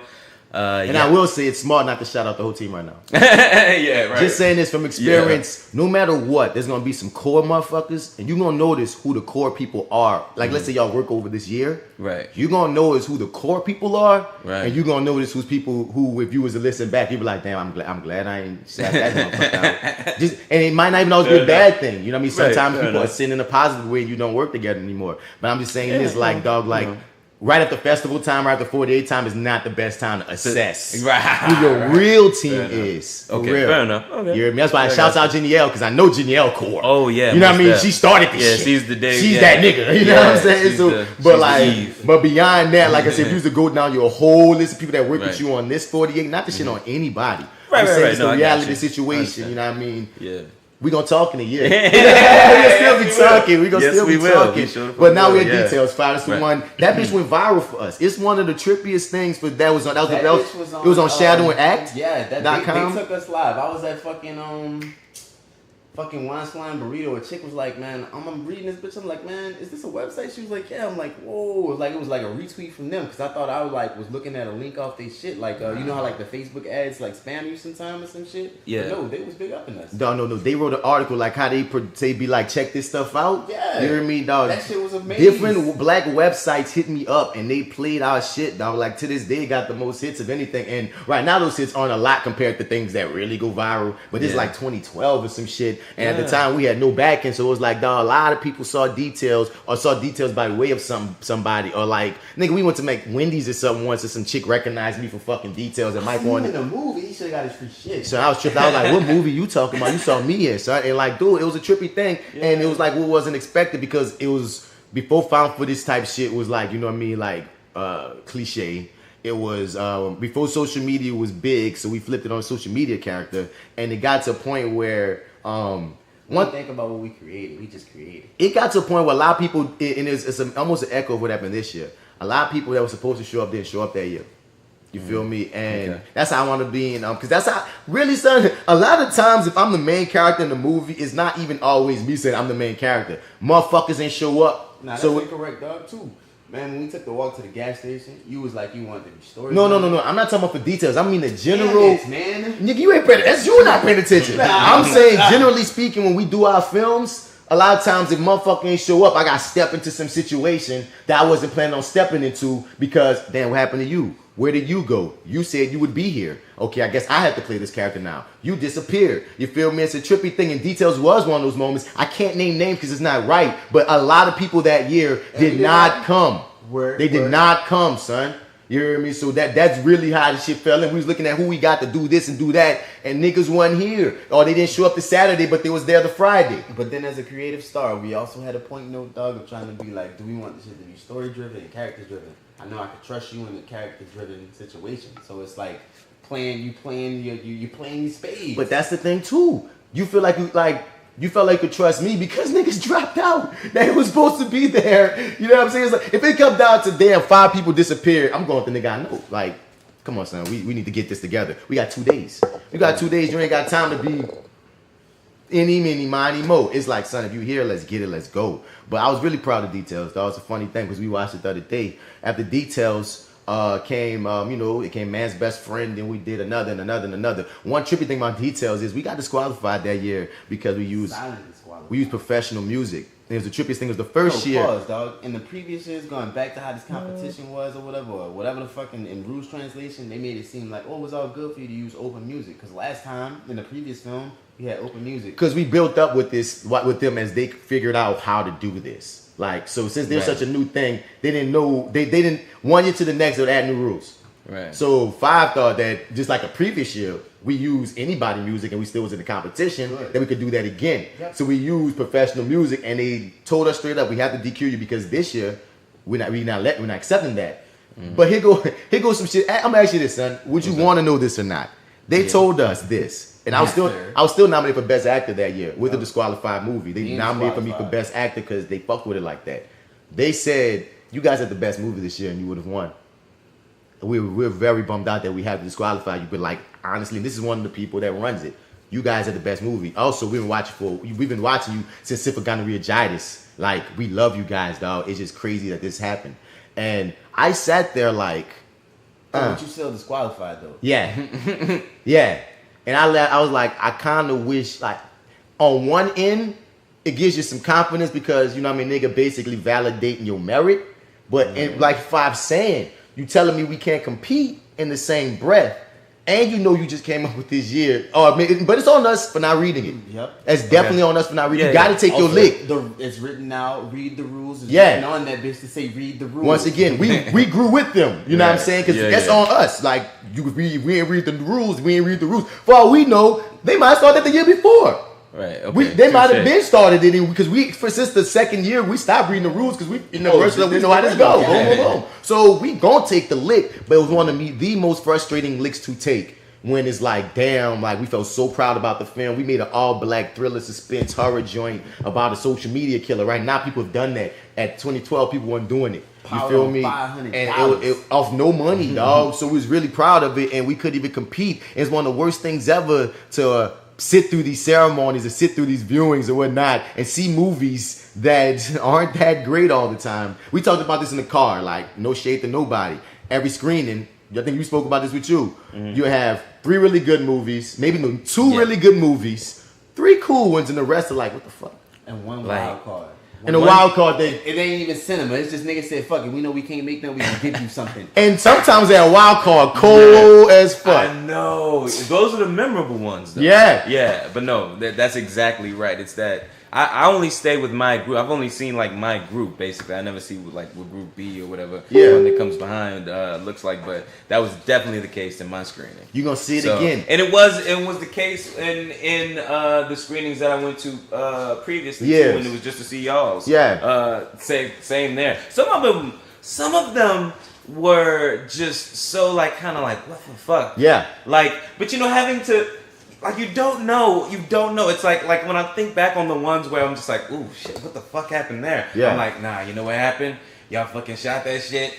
And like, it came down to the last 6 hours. Y'all got to edit it. And it's like, y'all don't have another shot. So y'all got to use this shot. And you can barely see this fucker's face. And you got to use that shot. And that's part of the 48 hour. Like, you got to give some kind of caveats for certain fuck-ups. And one thing I will say, son, from being there from year 1 to now, nigga, the first year, you saw some bullshit. Niggas is making movies now. Right. Oh, yeah. Well, nigga, even if they make a whack movie, that bitch look and sound great a lot of times now. Yeah, niggas is making movies now, son. But bro, are they shooting all that shit in the weekend? I don't know. That's a question. Okay. I don't know. Like them cold motherfuckers in all 48, man. So I put like this: some people are such professionals that maybe they're at that caliber. That is the case. But then, like you said, don't want to just neon light niggas. Don't get specific. What you saying? Okay. No, that ain't even that. They had made the motorbike shit. They knew they had Hollywood productions. The dude on it was working out in our city. Yeah. Registered for the 48. They just had neon light shit for their shit. So they was like, nigga, we got neon light bikes. Their story was stupid as fuck. It was supposed to be like some assassin and you watching this battle and you're going through it. But they had light bikes. But they already had light bikes. It's been 2 years now that we've seen people do animation. Oh no, now that shit, you probably cheated. And I'm wondering, how did you have time to do true animation for 48? But on the other end, y'all might just do more animation so much that was easy for you. Right, but nigga, but you just never know. And that's a great question. And like I said, that's my question. We've been a part of teams that's cheated, or that one time they cheated and we was a party team, we can't front. But we've never cheated like that. We've never used previous footage. Yeah, okay. It seems like a waste, because once you get hit with the inspiration and shit that you shot, people change. Like everything can't be consistent like that. Because no matter what, you could okay, we're gonna get into this at this point. All right. So, just long story short, GumboMonster Squad, we've been doing this all these years, and we've had varying degrees of success. And that's one thing that's been fucking frustrating me is the varying degrees of success. And sometimes it's our fault, sometimes it's not, dog. But this 48-hour film project is a true fucking beast to handle. So, what I'm about to say, this last year we got a lot of big ups. We gonna be in Gambit apparently. Talking about the Rising Captain Extra. And I got to say big ups to our team that's been riders this far. But let's talk about coming into this year. Did y'all have any pre-planning? How did y'all play at pre-production, if any, coming into this year? Oh man, we feel like fucking idiots. But we felt brilliant before we did the drawing. Because we had a couple meetings. We had about 2 to 3 meetings. I can't remember exactly, but 2 to 3 meetings. And by the time we got to the last one, what I had done was, because the way the website described it was, and you know, as y'all know, we'll get to the drawing. They did it a little differently this year. Way differently. Yes. You are in a group, and that group will draw from a hat bucket, hat bucket, whatever. Yeah. And so on the website, they basically say in your group you're gonna have these genres. This is gonna be one half of the genre you're gonna get, and this will be the other half of the genre. So what I did was went through one half, and I'm said, let me come through with a dope idea for everything in this first group, and then it doesn't matter. At least we'll have a dope idea for everything in this group here, right? So in that last meeting, went over with everybody. Everybody we kind of filled in blanks where I wasn't, quite sure of this genre or whatever. They kind of came up with something. Well, hey, we could do this. Hey, we could do that. Great, cool, boom. We got this. All right, cool. When we draw, man, we're gonna be amazing. Boom, boom, boom. So I don't know. Do you want to? Well, basically, yeah. We'll get into the drawing portion, but that was basically the pre-meeting. I went through one group, and the plan was to come up with all those ideas. So I had a whole bunch of ideas for what they said was going to be Group A's choices. All right. Right. And then we came through with basically we talked about who our actors were going to be, who was potentially going to be there. A lot of people actually said they weren't going to be there, really actually showed up and were in it. So opposite happened for us. Spoiler alert. But continue. Okay, fair enough. And we actually had, for my liking, because I was thinking about something like the smaller the cast, the easier, the shorter, the better. Boom, boom, we can make this move. False. Not false? Okay, fair enough. And then we wind up having a lot of people show up. Like everybody we said would show up actually showed up. And it was like, okay, well, damn. Now we got to figure out what role we going to put this person in. And then it became about a location. Like we were about to get Republic. Because my photography company, the company I have that shoots like nightlife photos and stuff. We shoot at basically Republic from time to time. So we, through some miscommunication, we add I don't know. Anyway, basically a little bit once of again, we won't say any names. Continue. All right, yeah, I know. This nigga. A little bit of miscommunication, basically. I connect at the club. Apparently, I don't know how it got said, but basically the role we were going to give to one of the people who actually showed up, we were going to have to give to him because in order to use the space we were going to use, we had to put him in it. Oh, and, that's how Hollywood works, ladies and gentlemen. Right. So, yeah, and we were just like, this would be great to have this spot, but I'm like, well, you know what? We're only going to be using this office. I mean, we're not really going to get full run of the club because the club was rented out for a wedding. And then we got bumped. So while I'm trying to figure out, well, how are we going to move this chick to another role that's going to be like, worth her time showing up or whatever, because granted she didn't come from Texas solely to do this. She was already coming back, but we kind of put a little bit of a fire under her to get her here. Yeah. So I'm like, well, you know what? I don't want to not use her. And then she wound up and then she wound up bringing a friend who I thought was a real cool connect or asset or whatever. And I was like, well, you know what? I really want to use her too. But I'm like, well, if I got to shift these things around, I might have to just sit her, like just bench her. I will say this, Marty. The Rogue Martians team has some really beautiful women. Probably have their pictures. I like, damn, Marty and Jenny. Because I remember one year, GumboMonster made a concerted effort, dog. This was 1 year. Shouts out to Danielle. Shouts out to Trina. This was 1 year. We was like, bro, we need some better looking actresses to be in the movie. Not that the actresses that weren't beautiful, but we need some more eye candy. Because most times we didn't care about that. We just went about we about to make a movie. Hey, you hop in a movie or you do this, you do that. But we started seeing like it's a superficial landscape, and it is very fucking superficial. Yeah. So we was like, man, we need to mix it up a little bit. So we even took auditions. That's how we found Danielle Wavers, who plays Kiki on Queen Sugar. You know what I mean? Nigga, not even be cocky enough, because that's my girl. That's my girl. But she the first, like, she was a model for a while, and she saw us do Polite Strangers years ago.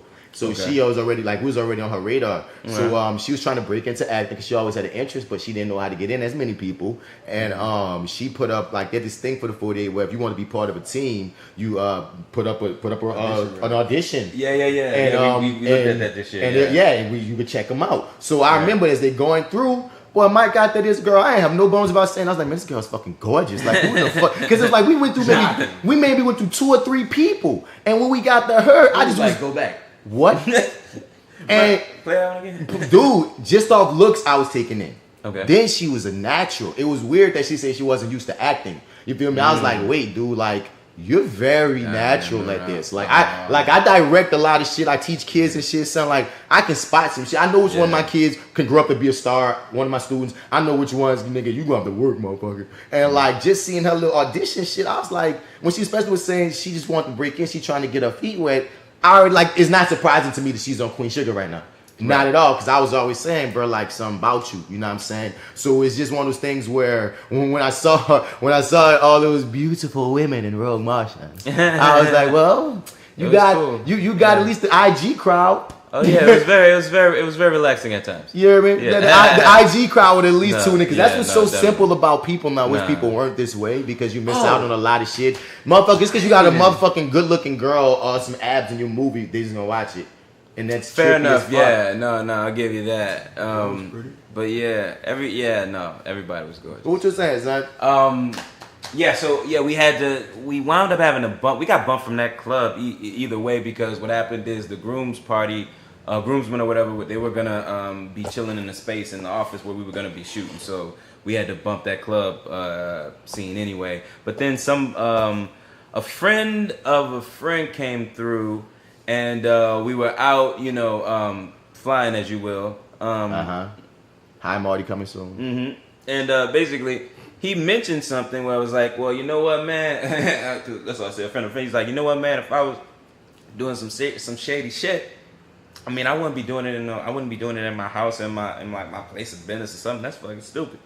I'd be like in some other spot, like I'd have like some spot out the way or whatever, some public, something I could control or whatever. Boom, boom, boom. And then so boom, boom, boom. Sound like fucking Tekashi 6ix9ine. So we were sitting on the balcony, and I was looking over under the bridge, and I was like, damn, you know what? That'd be, if I could get under there, that'd be a real dope spot to do this. And so I went, I left. I drove over there to the spot under the bridge, and I was like, oh yeah, all right, cool. I'll shoot under here. This will be great. This will be perfect or whatever. Cool. And it actually wound up being oh man, just one of the really dopest shots in the movie. I actually posted it on my Instagram, but I was like, some interesting stuff will happen about that when we talk about rendering. Whenever we get to that section of the conversation, we can talk about what happened there. It worked out, man. It worked out really well in the moment, and I'm saying for our thing, we did meetings this year, because the thing is, we've been doing it for so many years. Like the first technical prep for this, dog, actually happened months before any of this shit actually happened. Last year, we had Captain Extra. We didn't get it in, but we had a good experience. We made an awesome movie. Can I ask a quick question? Weren't y'all guys voted for something though? Yeah, we won Artist Award that year. Yeah, we won Artist Award. So we're nominated for Artist Award almost every year, and that's what's frustrating when you don't get a film in, because it's almost like the people already told you we like y'all shit. And one funny thing about Artist Award is it's almost a cheat. You gotta if we only really come, like, everybody can't always make it, you know what I'm saying? So we might have maybe 6 people in the building at most. Some people come with 20 and 30 people. They stack the and Audience Award is about who gonna vote you in. You know what I'm saying? So the times we've even been nominated, let alone won, it make me feel at least somewhat good. Like, damn, y'all voted us over y'all own shit. If you won, and we only got about 6-7 people in this bitch.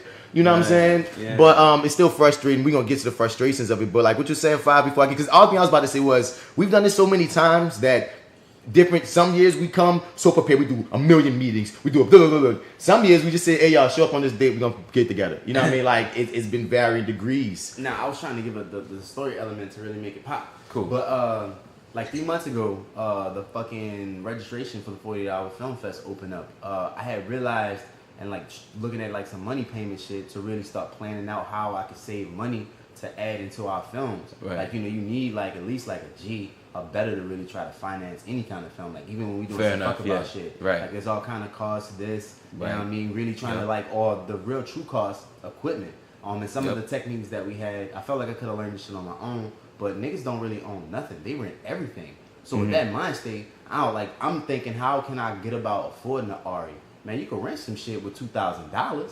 Yeah. So, but you also have to save that money and make that come together. So like 3 months ago, I registered, or like way before the registration period, like the very first day, like I think May 1st or something like that, the registration period opened, I had my money. I was the second person to register. Yeah, if I may, when like very much so, like, cause Jenny gave me the heads up, or at least she was on the fence really about doing it this year. And when I gave her the heads up and I was looking at the website, you were one of the first, you and like 2 or 3 other people, like it was like maybe 5 all together, but like y'all were the first ones up there. And I was like, oh shit, it was damn. Me and the previous winner from last year were the 2 people that were up there when I saw it. When I came to realize how I read when I learned what people's name was. So the people you probably saw were people that were heavily affiliated and, you know, really wanted to make it pop. So my energy and shit was really crafted toward making this happen. Like every month I was trying to really save aside like how much it would cost us to rent like lenses for the week instead of trying to scramble to have that. So I'm like, ooh, $250, like every kind of pay period to the side, like per month.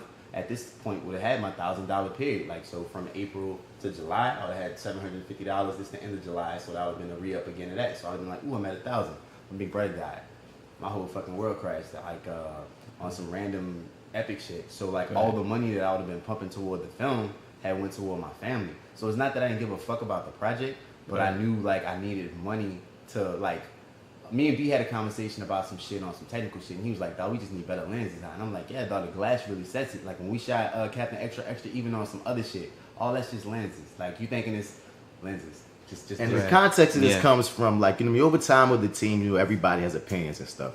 And of course, you know, as you build, you need to get equipment. You need to get equipment. You need to up your game. You need to try to keep up. Because once again, these people in this competition now, they shoot with Reds and shit. Like you'll be surprised the level of production some of these teams will pull together to do this shit. And we still just a bunch of niggas trying to make it. You feel me? So at times you get pulled into let me get a better this, let me get a better that. And like, you know what I mean? Just listen to other people. I kept saying, we need new cameras, we need better cameras. And then like he said, I came to that realization of, dog, we just need better lenses. And that's still cheaper, but it's still like a lot of people don't understand that sometimes. When you learn how to really use your instruments, it ain't based on the price. Like you could really go in there with some Radio Shack power if you know what you're doing. And like other people, so like I need like, you do need to have a supercomputer if you're gonna do some supercomputer shit. And I want to make that very clear. Sometimes you will upgrade before the rest of your equipment is ready to upgrade, and you'll have yourself fucked. And that's what happened to us this year. But what you're saying? Yeah, man. So in the planning of it, like, the last time we had 2 7Ds and some Zeiss lenses. We had tech meetings, man. We had a few story meetings, man. No, but I ain't even saying that. That's on some previous shit. But I'm just throwing it out there. We talking pre-production right now, son. Like I was like, we gonna do this a month ahead. We have meetings. Didn't have to have that. Is what I'm trying to say. I know we didn't, dog. But I'm throwing out there to say that we didn't get our film in and we was ready. Because now, I mean, it's one thing. The work that you're supposed to do to make the film. Yeah. But off the course of doing it and of just knowing what our workflow is, that's all we needed to do was rent the better lenses.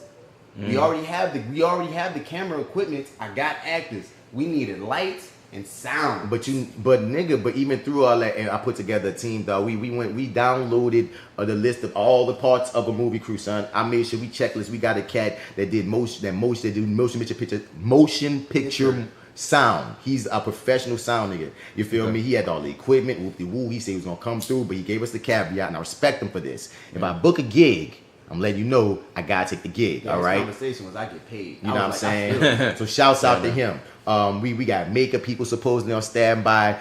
We brought this one cat in that said he was gonna do sound design. Because we thought we needed sound design, but when I brought the other sound cat in, dog, I was pushing for him. I was like, well, you direct, you shoot, you do all these things, dog. Nigga, I think you're gonna be a good camera op. You feel me? J.Steel brought, like, shouts out to J.Steel. Like I said, as we like lost and got members, J.Steel has been an amazing member of Gumbo to, you know, help out because like she brought other people, she kept shit organized, she sent out the emails. Big up to J.Steel, fucking Wonder Woman. But like, yeah, son. So we had everybody please. We thought we was gonna have like 3 camera ops. We had a sound nigga, we had boom operator, we had niggas, we had lights. We made sure we had with this one cat that got all the equipment that do lights and sound. We had all these meetings to just set up. We did story meetings like you just said. We did the thing you did. We went through all the fucking genres and made sure we got some for that, we got some for that, we got some for that, we got some. We made sure we held it down, dog. Cause I'm like, dog, because we've spent like the like. Why are you laughing? Because I'm laughing in my kitchen. Because this is what he was saying in my kitchen. He was like, dog, we got it all of this, dog, so people could know we got to be professional. We got because the last 3 years in a row, we've not gotten our thing in on time. 3 years before this, we've not gotten it on time. 1 year, like 2 years in a row, with some technical shit. So it's legit. Like at the last minute, computers didn't want to do what they normally do all the fucking time. Quantum leap time. And one time before that was on us shooting everything too late. Remember? We shot everything. We shot everything too late, and we had to take a full blown L on that, dog. We should have wrapped. We lost a whole day because of ego, dog. Because I want to throw this. I want to impart this information over to you, dog. Like, you know what I mean? Like you're in the Your30 Podcast, Lamar and Arrogant Observer on my Big Brother podcast. Well, we your Big Brother film niggas as far as like teams. You know what I'm saying? Don't let egos get in the way, dog. Because it got to a point where one day we was trying to satiate so many people's needs because everybody want to be acting, everybody want to be in it, everybody want to be in it, everybody want to be in it, and sometimes we ain't got a spot for everybody, or it's like maybe you might not fit here, son. So we took so long on casting to not hurt people's feelings, or people didn't want to hurt his feelings that we didn't cast. We didn't start shooting a movie till the day that we know was Mayday. You know what I'm saying? You shouldn't be shooting a movie this fucking late because we was trying to and still incorporate these people. And I will always say this. I told Mike straight up, dog. Part of this is our fault because if you only do one movie a year as a squad, if you don't if you be lazy throughout the year and don't do more movies throughout the year, everyone's gonna put all of their eggs into trying to be in the 48 because they might feel like I ain't gonna get no other shine. I ain't gonna be able to get no other footage. I ain't gonna be able to blah, blah, blah, blah. You feel me? So when you juggling all that, it's kind of hard to juggle all those feelings, all those egos, all those true, things. Even though, like sometimes, like it got to a point where, dog, if you vote for the story that don't have a part for your ass, why in the fuck would you vote for that story? Like, you know what I'm saying? That happened at one point. We have 4 girls and they want to vote for a 2-dude story, in the situation. Even if we did 1 dude, 1 girl, some of y'all ain't gonna be out. You can do 2 girls. Some of y'all ain't gonna be in this shit. Like, take your lick. So it's sometimes you gotta take in, dog. Don't vote for the shit that won't give you a role. You heard me? It's all kind of shit that went down, dog. That held it up. You heard me? That I took full responsibility of. You nigga just said boom, boom, boom, boom. Deal with it. Because in doing a 48, nobody can have egos. We don't have time for egos. If we come up with an idea, in our technique saying that we was gonna say balance, but we ain't have these people to say that shit too. Son, it's not even. It is ego, dog, but it's really knowing like this. Everybody putting something towards something that's greater than themselves. At the end of this, we're supposed to walk away with something. But I take the lick on if we did more movies and then those more movies getting made, then you have more time to, hey, you get a movie, and you get a movie, and you get a movie, and you get a movie. Then by the time the 48 come around, we do this. So nigga don't care what role they get in a goddamn 48. I'm gonna have a part anyway. Because even if you don't get a part, bitch, I started the last one we did. Nigga, I don't care. So you gotta take that in when you talking about being team captain, that you gotta keep the morale of your team up. And sometimes your team gotta understand when they may be tripping too. Like sometimes, like that's one thing I love. Also though, but playing your part, I'm sorry though, not to cut you off, is not always just being an actor. You could be a story developer, helping out with any kind of creative shit, cooking, singing, and even though it ain't considered to be what you think it is. All of that helps. That's one thing I love about L-Dub, dog. People know Lawrence as a GumboMonster makeup nigga. No, that nigga's a writer. That nigga's an actor. That nigga's an editor. That nigga about to be in another musical. Peter Pan that's coming soon, son. I really want to do a movie like with Lawrence as the lead. Like we got close with Echo Files. Like two standout things I loved about Lawrence. Lawrence and Echo Files. He was one of the leads in that, but I want to do something else with Lawrence. And he has this scene in Details when me and him are picking the prey for the serial killer to kill. You feel me? Yeah. I want you to go look this up. Anybody listening? Details short film. That's how you find Details. And look for the role when it's me and Lawrence trying to choose who's our next victim. Just don't look at me. Only look at Lawrence the entire time you watch that scene. You're gonna laugh and not laugh at him. You're gonna be like, this nigga is creepy as fuck. He's doing all kind of shit that is like, what the fuck? So we got niggas that do so many things, and I love the people like Lawrence who be like, I ain't, because he's gonna have a role this year in our movie. But I was trying to look out for another actor. that I already know that they feel like, okay, I feel like we need to use them more. So Right. I say, Lawrence, do you mind if we gave you a spot in them? He's like, fine, I've been here enough years, dog, cool. And that's the feeling that you gotta have on, like, I'll get the next one. It's fine.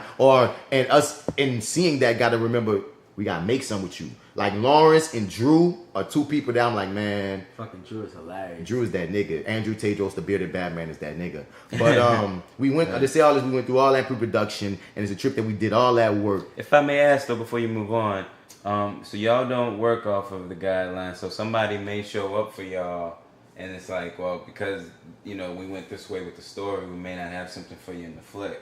But like, you know what I'm saying? Like, y'all like force a role or write a role. Sometimes. No. Like, sometimes, because you got taken like the thing I was just editing.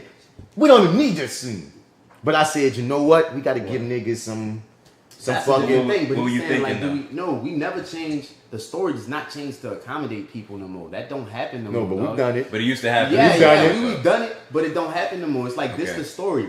This is key on, like, if you there at the beginning and if you ride the whole time with the story, you probably gonna be the lead. Because you listening to the story, you know what's happening, you really involved. So when it's time to come talk about who could be this character as an actor, I'm there. I know this person. But it gets dangerous if you start leaving, and that's an issue. We're gonna talk about that when we get in the meat of this thing, dog. Yeah. I wanna see about how many people stayed the whole 48 for you.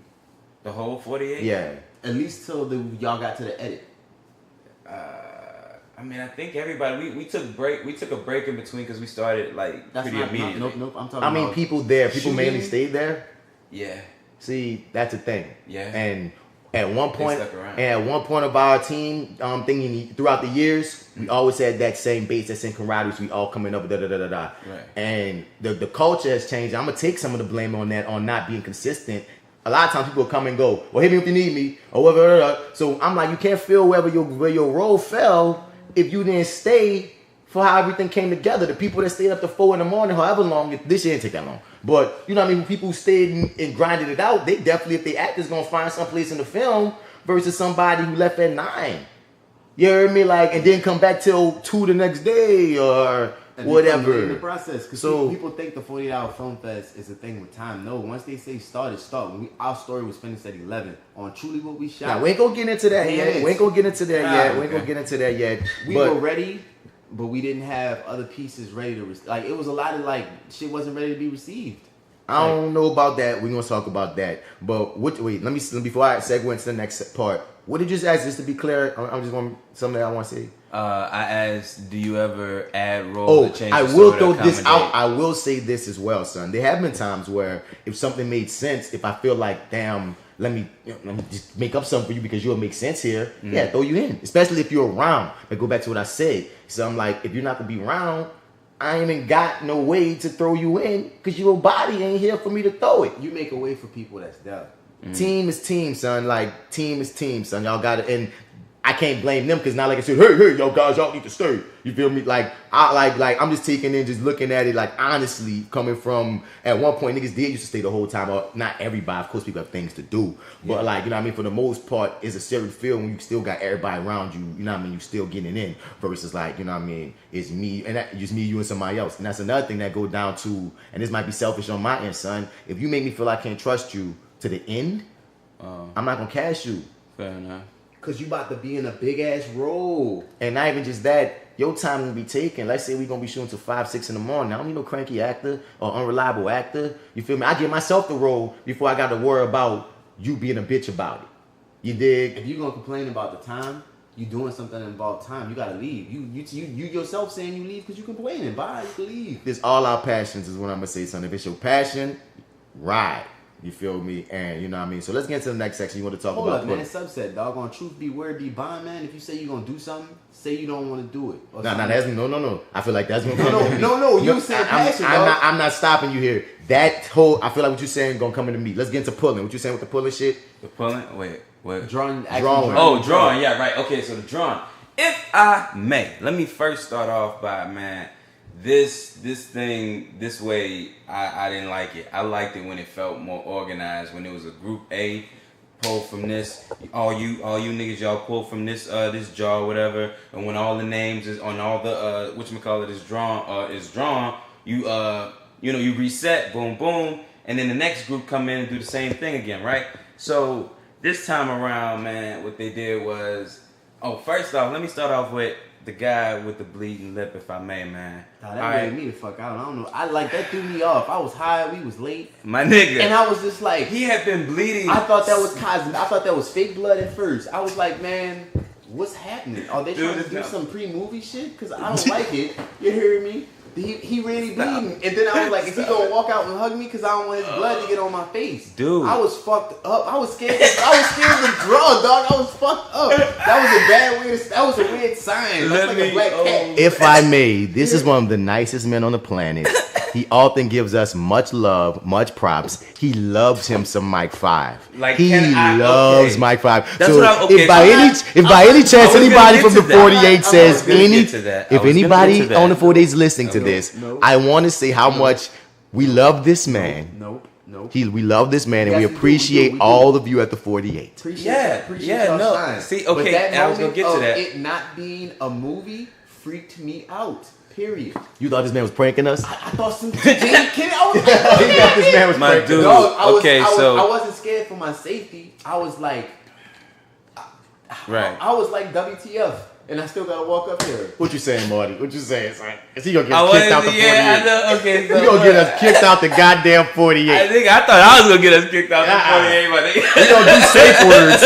We gonna do safe words here. I know you didn't say his name, but that's very specific in the story of you part of the 48. You're not gonna get to the fuck you're talking about.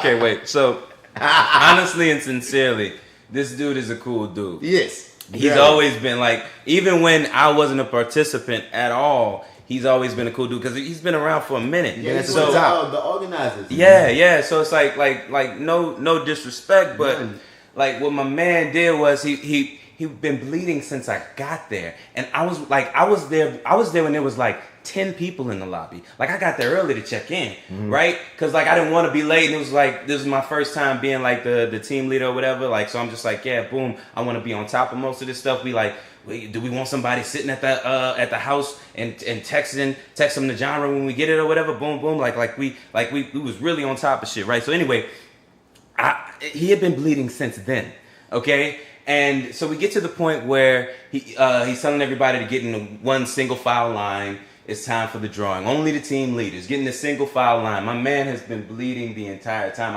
I kind of saw y'all when y'all came in, but I know you were in there way after the fact. Because wait, no, let me tell you something. Like y'all, I know there's no way y'all kept count of the amounts of gobs of just bloody napkins because was L-Dub there early? Because that's one of the first things that L-Dub told me. He will attest to it. Because I walked in, that's one of the first things he said, and I'm not gonna. Okay, this guy's bleeding. Because I needed to hear that walking through the door first. I did. I needed. L-Dub told me. Dog, when I drew, we were talking about it. I was like talking about it before anything. I was just and then they put him on the mic. I was just like this. Wait. Son, I'm drawing the draw, and I'm looking at the blood on his face. When you talking about GumboMonster and we've been here for so long, I'm like, nigga, you are bleeding like nobody else. Everybody keeps walking up to him, giving him paper, and I'm like, he's reading from a paper, guys. Can nobody else in this room read? And I'm looking around at the faces, and everybody's acting like this is okay. This is normal. Like, am I the only one that's creeped out here? Come on. And then you have the like, okay, dude. Okay, wait. Let me slow it down. Let me slow it down. Wait, let me finish though. Let me get to this point. Get it. I'm the second person to draw. I don't understand why we got what we got, but anyway. I just want to say I said the exact same thing that you said to Mike. I said 5 though. Why no one else could take this exact job right now? Like, why does he have to do this? Right? Someone else should just do this. But keep going. I drew second, and I'm like, dude, just let me get past this motherfucker, please. Okay, I'm sorry. Oh damn, I was trying. You know what? This is really. Yeah, you know what? I'm telling the truth. All right. Because at the time, he like. Okay, so let me explain to you guys. So what they tell us before. Okay, no, go ahead. What are you gonna say? So I walked in the joint, right? You hear me? This is really happening. And then Raheem shows up with the camera. And he's like, Mike, I'm right here. So do we, the blob going on. And then Raheem taking my picture. I'm like, all right, cool. We got suspense thriller, fish out of water. Right. And then I'm trying to figure, do I stand right here or do I walk away? So, y'all got espionage. We got suspense, fish out of water. Yep, boom. And then I was like, what the fuck I'm supposed to do? Wait, y'all got espionage in Western? Western, right, yeah. Mm-hmm. That's funny. Keep going. Yeah, And then I was so drawn into our previous matter, which was holding us. So I didn't hear none of the fucking things people said. I was still stuck being on, is dude okay? You know what I mean? Okay, like, so then back I got the name of shit, which was, what was the names and shit? Because I asked you that. Oh yeah, you didn't even get the shit. I was like, freaked yeah. out. I was over there. What was pulled? Wait, before we get into that, what you want to say? What you want to say? Okay, so what I wanted to say was at the very, very beginning, because like I want you to know, like when we're checking in and he's just kind of chilling, it is bleeding. So, and it's no, come on, dude. If he says one sentence, by the time he finishes that first sentence, his chin is going to be dripping with blood if he does not wipe it. Like, I mean, it's bleeding that profusely throughout the entire time. So it's noticeable. They got to put him on the mic, apparently. And somebody gets on the mic who seems to, I don't know, maybe he was too inebriated, whatever, to do it. But he gets on the mic and says, hey, this is, blah, blah, blah, is about to get up here. And, but listen, he cut himself shaving earlier or 2 hours ago or whatever. And I'm like, okay, and he's about to, so give him a break. He's about to get up here and read. So, if it doesn't sound all that great, it's because he's, nursing And why didn't that person just call out the names? Thank you for saying it. I do not know. There were a bunch of young, able-bodied people there to do exactly what he did, because then what he proceeded to do was read off of the paper. And I'm like, okay, but no, he read the stuff that's on the website, just the stuff that's on the startup page. Oh, really? You're not even the frequently asked questions, just the shit that you generally get. Yeah. Right. And he's just reading it, and I'm just like, well, I mean, I get it. Maybe for new folks who maybe you maybe afraid somebody hadn't read this stuff. Okay, cool, great. You want to give them this information. I get it. Anyone could read this. All these young people walking up to you, giving you napkins, could read this. I don't understand why instead they're not taking this paper from your hand and reading on the mic. But you know what? Hey, I need to be second in line. So you know what?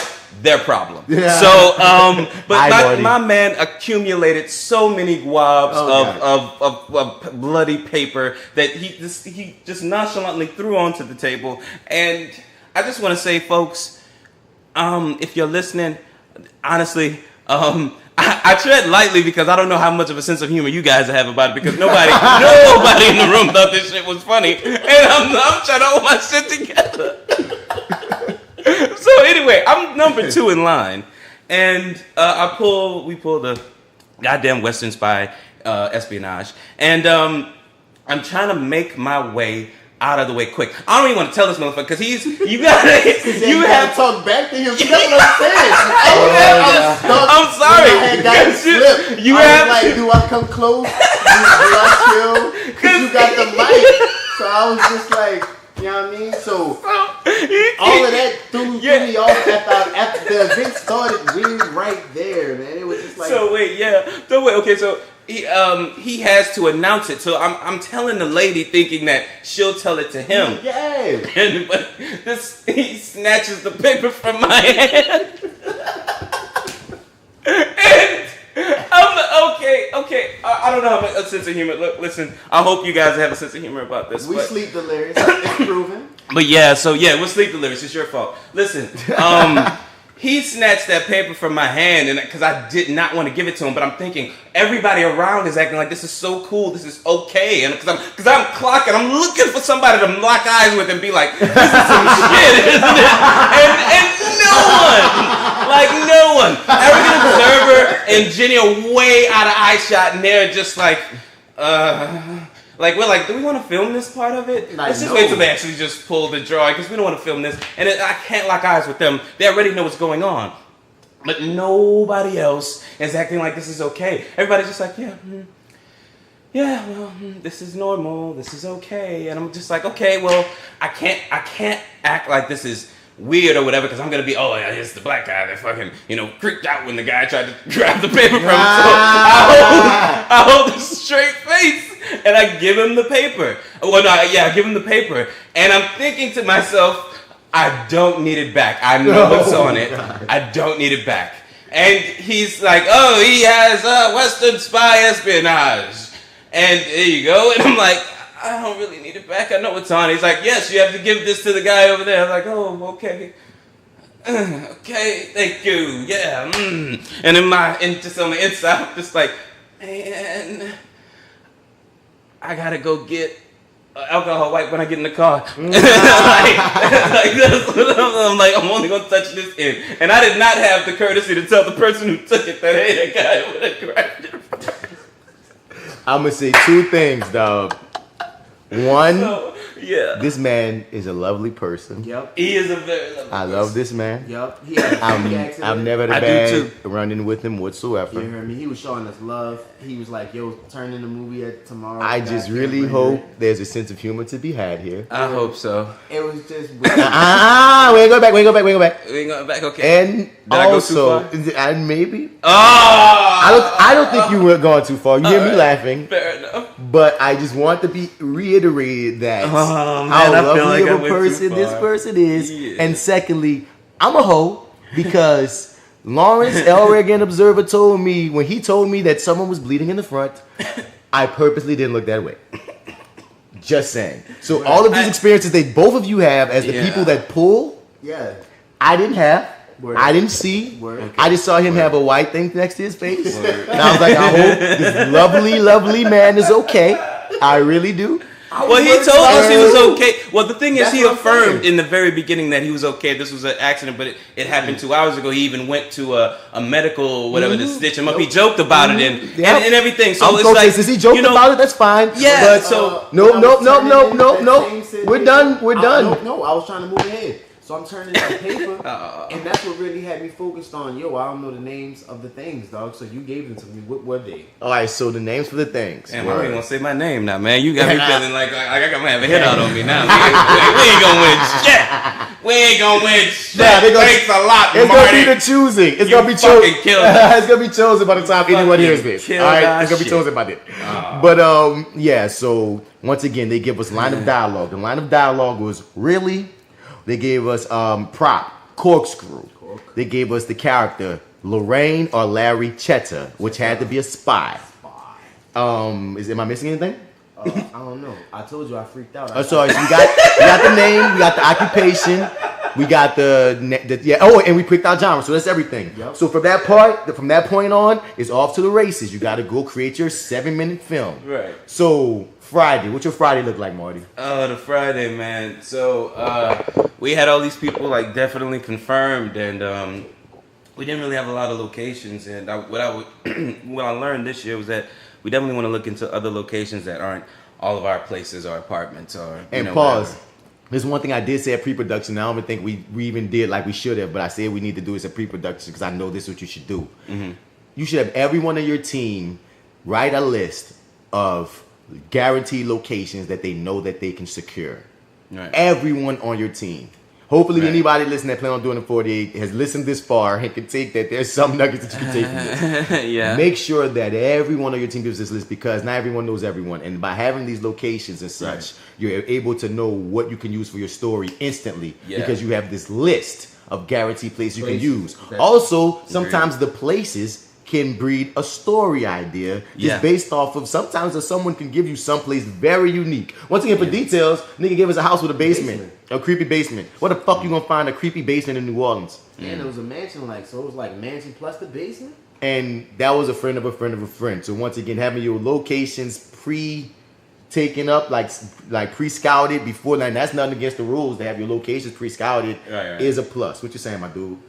Yeah, so that's so we basically just kind of figured out what locations were available and how we could definitely incorporate everybody who showed up because we had a lot of people just sort of almost immediately there and we're like kind of ready to go, and it was just it was a real collaborative effort. Like everybody kind of throwed in ideas and whatnot, and we started off with one person kind of I don't know, this is not a bad thing. We started off with Jenny.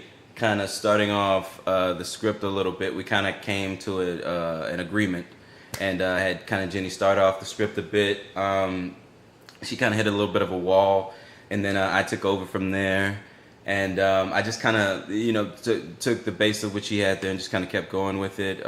We finished the script maybe around 12. What actual dialogue?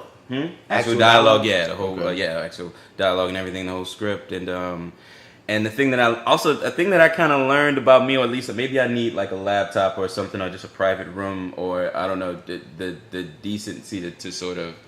Are you about to say you need people to leave you the fuck alone? Because you're supposed to say that. Maybe, yeah, I'm trying to find a polite way of saying it, not quite that way, but yeah, definitely that. Cause see, the thing is, we kind of half-heartedly had a conversation about this generally, but I don't think anybody sort of took in what I had said about it. Cause everybody else was sort of the mindset that, you know, I'm okay, I'm not distracted, I'm cool with like, you know, multitasking while having a conversation with you, while you have the TV, you know, playing Netflix and this thing here, and this other person is, you know, playing music and doing whatever, you know, which is, for me, a huge distraction. But it's like I can't sort of do this in my sort of bubble, in my own space, because that's just not where we are right now. We're in this space, so I have to sort of make this work. So I'll throw this out there. This is this can be a subtraction of having everybody there at once in the beginning. Then. Yeah, it could be. Because one thing that we did start doing to a degree is having actors on standby. Whereas on Friday, we know we coming up with story. Just be on standby. That we gonna hit you up most likely early Saturday morning. Keep your Saturday open. Man. If not, we usually don't shoot on Fridays, which I want to start doing, but we're gonna talk about that. Wait, but just to stay on what you're saying with this, like it's more of a like not with experience, but based on just doing it once. You want to have only key people that really set the mood. The whole shit is a studio session. Like y'all niggas about to craft like Molly the Gold album. What you need in that bitch? I need bitches. I need weed. Only that. The Netflix, that's not bitches, that's not weed. And people listen, he's speaking metaphorically, how when rappers talk about what they need to set their ambiance to write their shit, he's not meaning literally that we saying we need quote unquote bitches and weed to do it. But continue, because someone to take you super literal. Keep going. Oh, what? Definitely.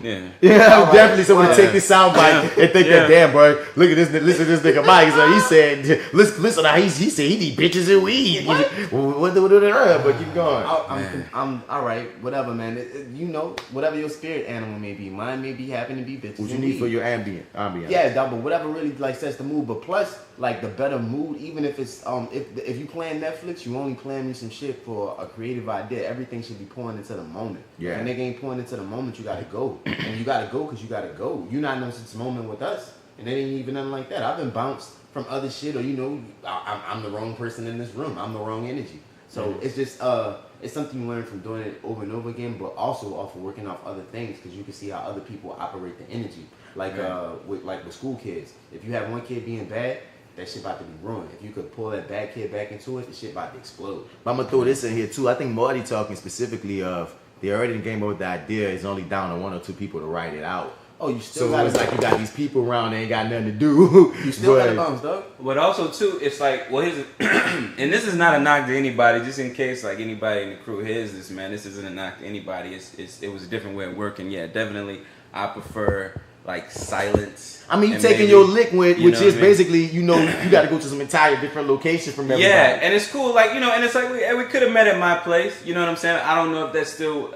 If I still would have got the isolation. You know what I'm saying? You got to take your lick there. You got to leave. Right, yeah. Yeah. Sometimes you do have to move, but I mean, it's either calling attention for you to need to leave or nigga creating it for you. Yeah. But as a leader, you get that extra benefit of being like, no, leave me alone. And that's why I stand by. If you personally know that you need isolation to write, it's because writing is a very funny thing. You know what I'm saying? So if you need isolation to write, you got to take your lick that, okay, you know what? I'm going to go in my car right now. Or, you know what I mean? I got another spot I can go to. Like my thoughts to really be my best. I probably could have went in a room or something like that, or probably expressed it. You know what I'm saying? But it's like I also in the collaborative effort, like, because we basically what I try to do with these is take everybody's input into account for it. It's like if somebody's got an idea, just kind of have everybody throw their stuff out there and just sort of see, kind of similar to like how I saw y'all do it when I actually watched y'all do it. How y'all like we meet at your crib and y'all like gather around in the back or whatever, and it'd be like just a huge circle, and everybody throwing out ideas with a work boom. Hashtag flip that shit. We always say there's no bad idea because any idea can be flipped into something. Flip that shit. Exactly. So right, exactly right. So but how I write sometimes too, I'll kind of like write myself into a scenario where it's kind of like, dang, you know what? They said this, but it's like, you know what? This will be a perfect time for the person to say something real dope back. Let me see if I can think of something slick real quick. Boom, boom. So like now I'm sitting there looking like, I'm stuck. So like, you know, maybe somebody will come around and like, you know, oh, are you stuck? Well, where are you at? Right. Tell me about it. Then boom, boom, boom, boom. And it's like now you kind of getting into a situation where, well, now you're explaining the story to them, and it's like it's not really that you stuck on the whatchamacallit, but it's like, boom, now they got a couple of different ideas where this could go, and it's like, well, now that little thing you were trying to just insert here, then turned into like, now we're going into this area because like now you're trying to incorporate that idea. It's everybody like it's trying to fix something. Yeah, and sometimes I don't need you to fix anything. Sometimes it's not really necessarily broken. It was just like I just got stalled for a second. You know what I mean? Right. And it's like, you know, and it's like, but also too, like you said, there's never a bad idea. So it's like anytime anybody said anything, I was always like stopping and just like kind of like taking it in. And this is taking up time. Yeah. Wait, hold up. Then I don't want to disrespect you, so I'm gonna take it in. Idea but it might be the one. But in 48, you write true dialogue for each character as they talk. Oh no, we gonna get to that. Damn it! All right, I'll let you finish. Yeah, but so that sort of thing kind of happened, and by the time 12, maybe 12:30, the whole thing was finished. But I did have headphones, but they died on me, and so at a certain point they were just in my ear, not really playing anything. I could still hear everything, so it was kind of pointless. But like when they were playing music, I was kind of like, okay, cool, this kind of puts me in the mood. But otherwise, it's just like, well, these are just things kind of sitting here while I'm still getting everything from the outside come in still. You know what I'm saying?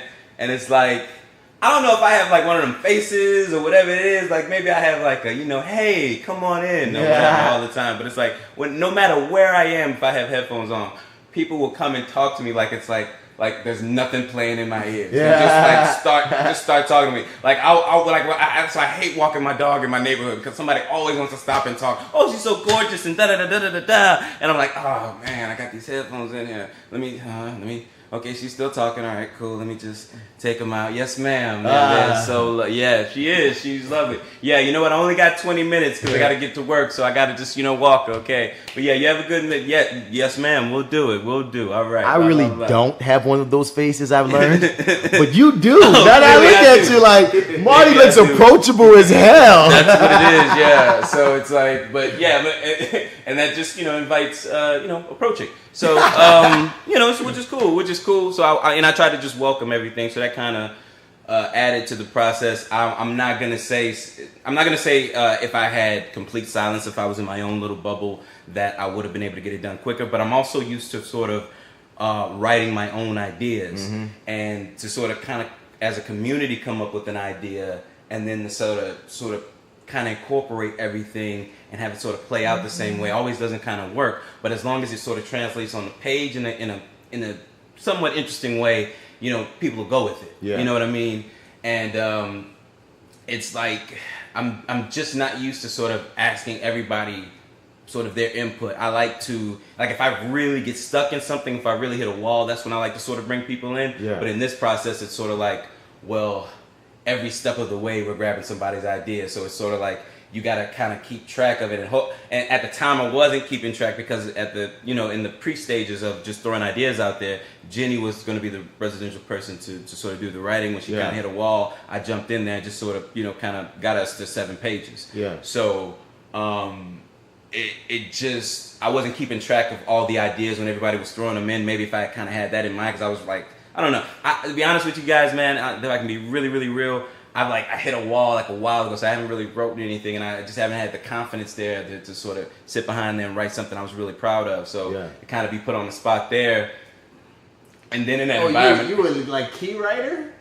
Yeah. Oh, all right. Now I'm feeling what you're Now everybody, with. Well, yeah, the key writer of everybody's idea though. Yeah, exactly. Yes, yeah. So that is a lot of pressure. Right. So it was just trying to navigate that and make that translate well. It was different in the environment that I was in. It's just different to what I'm used to. So, but like you said, man, there was never a bad idea, and tried to throw everything in there. And I think. I was happy with what we got, with the product that we had. I was super, super happy. Well, we'll get to that. We'll get to that. But y'all started shooting Friday. We started, we were shooting by maybe 2, maybe hopefully 1:30. No, we were on a time schedule. So we were maybe started shooting around 1:30, 2 o'clock. Mm-hmm. I'm glad you said that. And when did y'all stop shooting on Friday? Like 9. 9 in the morning? Like 9 in the morning. Saturday morning, about 9 Saturday morning. And then we got back together around 3 Saturday and went through till about 1 Sunday morning. Gotcha. So 5, what you was about to say about writing, and we gonna dog, go for Friday. I don't even know, dog. I'm thrown off because like listening to another person process, like, I don't know, like I borrow a lot of like not like saying stuff, but like me and B, like I don't know, in a weird way, you know how like you say your friends activate you or whatever. Like our homie Cloud was like the first one that really like showed me you could make some money with some art and put like some cash back in my hand. And I don't say it like that, but just to be like, you know, people telling me some real shit, pay attention. So now like, when we have conversations about working on sets and like interactions, I really take those things, like any problem, anything he had as a problem ever in his life, like told me, I like, oh, I heard that. I'm gonna ingest that shit. So especially from doing this shit so much, there's so many problems that can occur that you're gonna go with. So like how I was saying, how I like didn't want to do the tech meeting, even though we kind of did we needed the story meetings, but I needed the payoff from what we did with our tech meetings. But tech meetings are really what's up. But we like on some straight savage shit over here, dog. Like we really study this too much. Like at times people it just seemed like we just saying crazy shit. But like how listening the playback of listening to you talk, you were like, yo man, I sat up there and I wrote 7 pages. And it was done. Like, not because I teach, but when you teach, you're doing the same shit over again. If I ain't spending my time writing fucking dumbass scripts for children, I know what you're saying. But other times, off of like, I feeling like spiritually blessed with this project, my brother used to always watch me do this shit and be like, dog, you working so hard. Get them bitches a copper coin. You about to get an Academy Award from this? No, just finish that shit. So with that type of mindset, or really just feeling, I thought our whole shit was spiritually blessed. So I was like, man, I'm certified by the soul. I just got to show up and do real talk, but not even. I felt that faithful and confidence, but even on having faith, the regimen, our routine. All right, when you sit up and you're trying to make a story for the 48, you need it to be like 3 to 5 pages. You're trying to be minimal 2 locations. At best, maybe 3 actors, 5 if you're really trying to show love. You know what I mean? 1 on some crazy other shit if you shut up, but it's still gonna be some kind of experience that the people can take in. So that's the main thing that we bring to it. I sit back and watch films and take in cinema all day. I love the fuck out of anime because they give it to you short and sweet. Last Man, shots to that. It's on Verve. It's this a French anime. Me and I work more with my nephew now, trying to find text that he takes in to try to teach it to him, to try to give him like knowledge. So I've been like, ooh, what you watching? And break down like themes and tropes and shit. So niggas stay busy on like just like being with that shit. But even if you ain't staying busy, like in reading the books and actually doing your research of like knowing what's a page per minute and stuff like that, with the 48, like those are good frameworks. But then you gotta like throw some of that out the window. And I'm gonna throw this at you, dog. We been stopped writing. Yeah, dog. We don't do that no more. Because it's been an evolution. Dialogue, you mean? Oh no, we actually do write.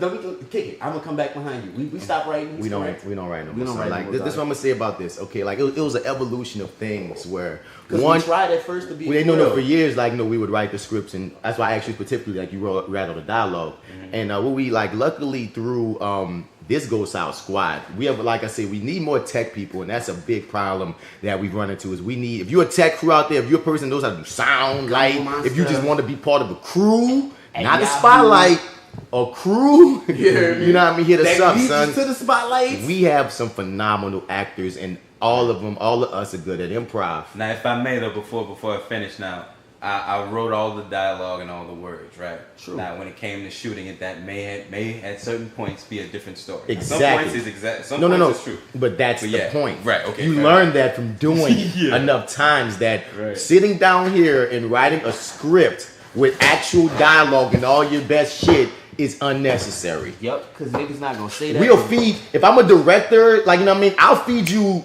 We learn definitely, and once again, but you can't always get away with this if you don't have good improv people who can take in what they need to do in the scene. But wait, hold up. It's not just that though. No, I'm not saying it's just that. No, I'm not to that I want point. to say that a testament. It's of what y'all niggas learned about because y'all actors, but me and trying to improve myself as a director. You have to be able to read the scene and know what the fuck is happening, where we leave, where we exiting from, and where we going.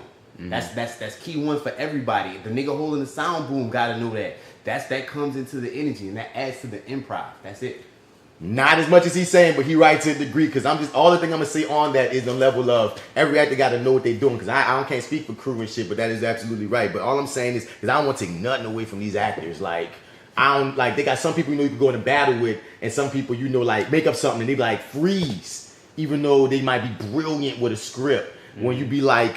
You know what I mean? And they might even know what you're saying. That's what I'm saying as a caveat. You ain't say nothing wrong, Five, but like there's a caveat to if you don't have people that can improv and you throw them in a situation where it's like just know what's supposed to happen, A, B, and C, but come up with your own thing. It's one thing to say I'm going to the door, and there's another thing to just have a joke that you couldn't have written yourself. Like, damn, that nigga came up with some fire shit to say right here. You feel me? As long as you know how to get from point A to point B and you can trust people, that adds another element to something that you can't even bring. Yeah. But I will always say this. If there's a line or a slick line or something, I'll say this. Say this. Yeah. Make sure you throw this in there too. So sometimes what you've written, if you wrote some fire shit and you want to make sure somebody say something, you can make sure, but be humble. Be honest with yourself. What lines do I feel like I need to have? What lines would be very cool if they was there, and what do I not really need them to say? Because like you say, like we always say, son, there's 3 versions of your movie. There's what you write, there's what you shoot, and there's what you edit. Yeah. Those are 3 different movies. What's in your head specifically is not going to be exactly what's the output of what happened. So it's like just in saving time, man. Like, you know what I mean? It got to a point where all we do is on Friday night we come up with the skeleton of whatever it is. Objective. That's really what the point is. That's in what the it scene. Goes back to. No, not the scene for the overarching of the story too. What's the objective? What we trying to get done? Because B be like, man, you got something. You got 5 visuals. What's the thing? We have suspense suspense fish out of water. So once we started like focusing on that, our style was just to be like, man, let's try to make exciting situations. But see, that's not even what I'm talking about necessarily right now. I'm just saying, just general speaking, I'm just saying when it comes to script shit, usually we come up with a skeleton of the whole movie so everyone knows every bit of thing that happens. So we all know what happens, and we all been that night throwing out those ideas to make the story pop. Because what's funny, the story we came with was your story one of the stories that y'all came up with previously?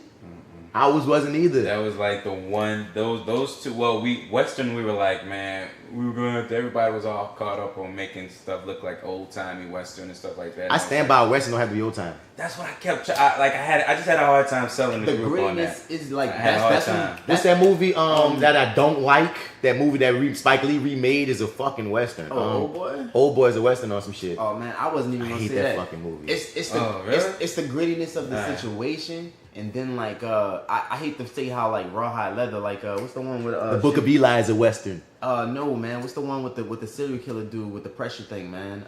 Country for No Old Men. Yep. But that's still an old time sake. But what I'm saying is, that's more contemporary. Yeah. Somebody joints. I look at it. I couldn't think of that though at the time. That was a perfect example. The settings makes you think about somewhat West, but it's a regular situation. Like the action is cut. Like they give you a little bit of action to make you roll with it, but it's like what kind of it's atmosphere, and it's the hero, the protagonist is usually some mysterious person that's to save. It's expansion meeting old guard. You heard me? In any kind of way. Like what's something old as something new is being transformed, because that's what the West was about. The Westward expansion, we about to take over. So it's like stories that are like masked on top of those fault lines. Yeah, man. I feel like whether you look at the mafia movies or whatever, there's a way that you can flip. Even if you just did a world of Western story and only had contemporary costumes, but kept it as serious as they would, nigga, accept it as a Western. Yep. Like y'all just swagging out in the way and how we dress right now, but y'all talking like that. Or y'all running there like, man, meet me out. We're gonna do it. We're gonna have a standoff. Meet me out on the 9 at midnight. Be there, nigga. You know what I mean? You can sell those concepts very modern without thinking about cowboys and horses. It's almost making like a Western be Shakespearean. Yeah, you know that's it. It's taking the genre and flipping it. Yeah. Flip that shit. I always stand by flip that shit. But it ain't even that. Like, this is off of fucking doing this shit for so long. You really go crazy, like throw your shit in the blender and go crazy. Cause like B was on, we played an acting game to fucking get our shit. This nigga said F then. That's all he kept doing. He was like, all right, and Yeah. And because I came up with this story, like, cause we had all these other stories, and there was this theme that was popping up, these other stories that I still was taking. That it strip all that shit. Because sometimes people get so much in their head and have all these ideas. When you can strip a lot of that shit, and when you get to the bones, it's really about this and this and this. You know what I'm saying? So great basis for all stories. So like you said, I said, well, okay, imagine a nigga in a house, and then he go to the bathroom. In the bathroom, there's a monkey, and the monkey, fucking, you know what I mean, like trips him out, and then the monkey try to bite him, and then the monkey bites him, and he leaves, and now everything is yellow. What you think will happen then? Damn, what if a nigga just can't whip a cow? You know what I mean? Like if you build like that, like but we just kept it stripped down, we want to come with a whole different story. But I want to say, but to piggyback to the beginning of this topic about writing, like what Mike I think was gonna say at one point, we still have somebody write just some bullshit down. Yeah, I mean you gotta keep track of your flow because you could get lost. That's what I was gonna ask. How do y'all keep continuity? Like, there's like two things. There's something for me and him, and there's something for everybody else. Skeleton. For me, I'm still in my head with the story, and a lot of times I'm part of the story writing process that if you give a skeleton a bullet point of everything that's happened in the scene, or we know that's the scene where a nigga's supposed to swim, or we know it's the scene where Captain, a lot of times, like I can tell Raheem, this is the situation, you try and get some money from him, go. Raheem will go. And if he might say a word, and I'm like, okay, say this word instead. You know what I mean? He'll say this crazy ass word. I can do that while it's people that I can't always trust, but for somebody that might not be as good as on the spot, we'll have like, Kanye used to do this a lot, but now we have LW and Lawrence to do it. I'll be like, we'll give Lawrence a skeleton, and me and Mike, like he's saying, we understand the skeleton like a motherfucker, but for anybody that don't, Lawrence already got a script of like, and he Lawrence, writes out our thoughts in ways that people can. And Lawrence will say it's not his best. He's not even trying to give like the Shakespearean dialogue. Just write something down. He's just writing something down, like something very simple, just to have. So if you need a script to really get it, boom. So it's twofold. And it's partially to not have us up writing actual dialogue when we could be doing something else. Because when we notice this, when we write this shit on weird edit shit, niggas don't repeat what you wrote, and then you having problems. When people start freestyling, they kind of like a little bit remember those freestyles because they made that dumb shit up themselves. Not to call it lines dumb shit. No, so like you just said, some people can't memorize lines on the spot, or it's harder for them to, because they're getting in their head of trying to say it so perfect. When really now, all you're saying is this. And enough times I'm telling an actor, look, fuck, how would you say it? Well, this is how I would say it. Well, goddamn, fuck writing this dialogue in this little time. We gonna just get you understanding what it is. Now, I can't say we always take full advantage of the time that we've got given ourselves from that, because once again, sometimes it's circumstance, sometimes it's us. But it's a really good exercise in getting your actors on point and getting you shit quick to the next point. But even in still having to have dialogue, if you still know the story points, everybody, that's what I say back to everybody knowing where we exiting from, where we going to. Like, all right, this the snuff film scene.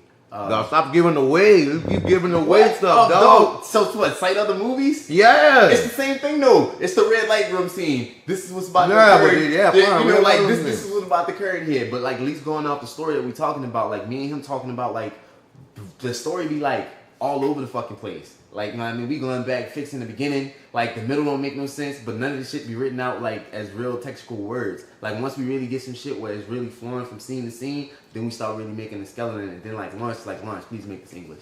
We already planned all that. This is how you guys reiterating. Right. But next point. So, you get to Saturday, because we started, like... we was done at Friday at 11 then. We was done coming up with story Friday 11.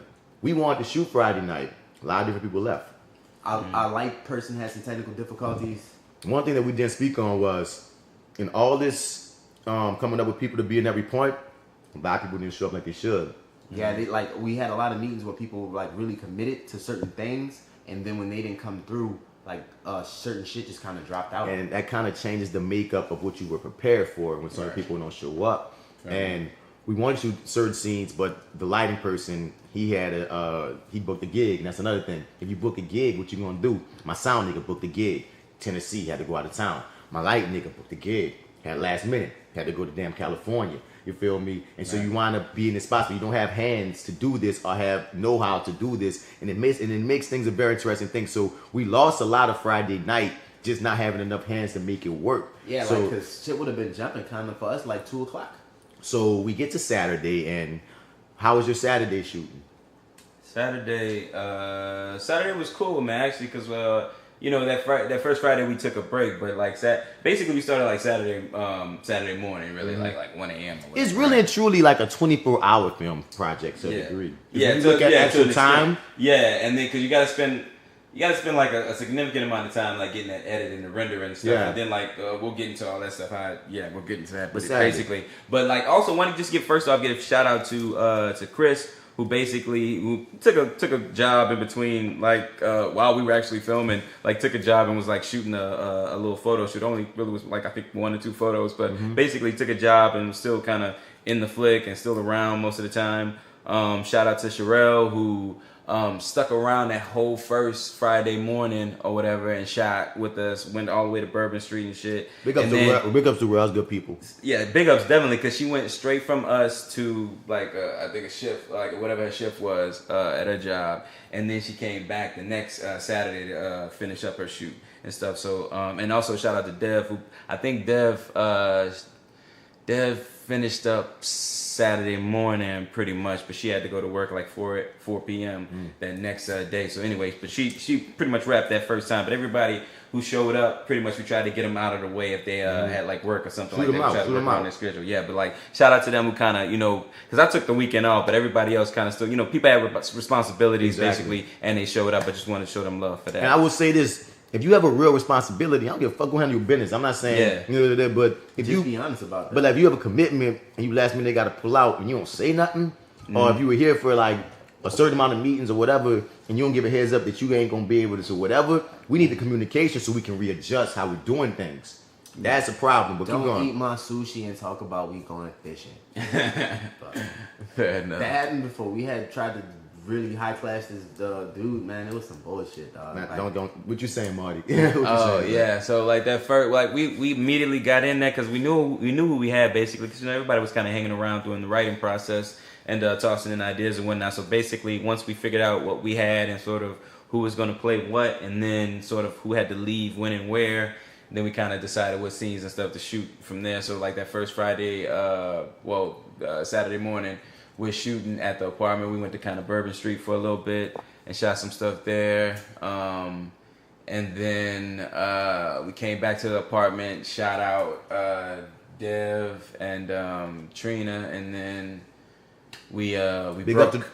Big up to Trina, because we worked with Trina a lot over the years. That girl is killing it this year, son. Like she was like on 2 different teams. She still told us, look, I'm on another team. I'm on 2 other teams, but if you need me for anything, call me. I'll be there. I'll shoot anything that y'all want. We had no place for her, but that girl been hustling. That girl been hustling. Been hustling. That girl be getting it in. Big up to Trina. Yeah, shout out to Trina, because Trina went as soon as she ride with us, she went to whatever the second group was, and then she came back. She was just kind of chilling around, waiting to finish up again, because she was the lead in ours. So the lead in yours will have time available for another, and still give us that back door. But look, I might not be able to give you all my, because she let you know. That's what I love. Yeah. Give me the communication from jump of what's happening. Right. And then we get it. Right. But if I feel like work around it. Yeah. Right. Because if you commit one thing, I'm expecting one thing, and I put money into one thing, and I'm invested in this one thing, and then you give me this whole other thing, or this whole other thing don't happen, you fuck me. You hear me? But keep going. Yeah.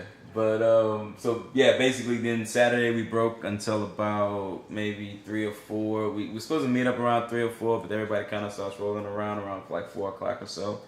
And then we kind of finish off shooting. We had a long stretch. We had this never shot an action scene before, always wanted to. I don't know quite if it came out in the edit as good as I wanted it to. What's the scene? But what's the scene? Without giving too much. Without giving too much away. It's basically like a spy fighting off a henchman. Okay. But just to be basic about it, it's a rescue mission. Huh? What spoiler did he give? Oh, all right. That was enough. That's I had like no. So he's doing an espionage movie. Spy espionage. Right, he's doing an espionage movie. The character had to be. Remember, you didn't see the whatchamacallit, but the character had to be Lorraine, and it had to be a spy. And then he pulled espionage. So if you're watching us, you're right. I know how you feel. No, I do. I know how you feel. No, I know. How you feel. Believe me. No.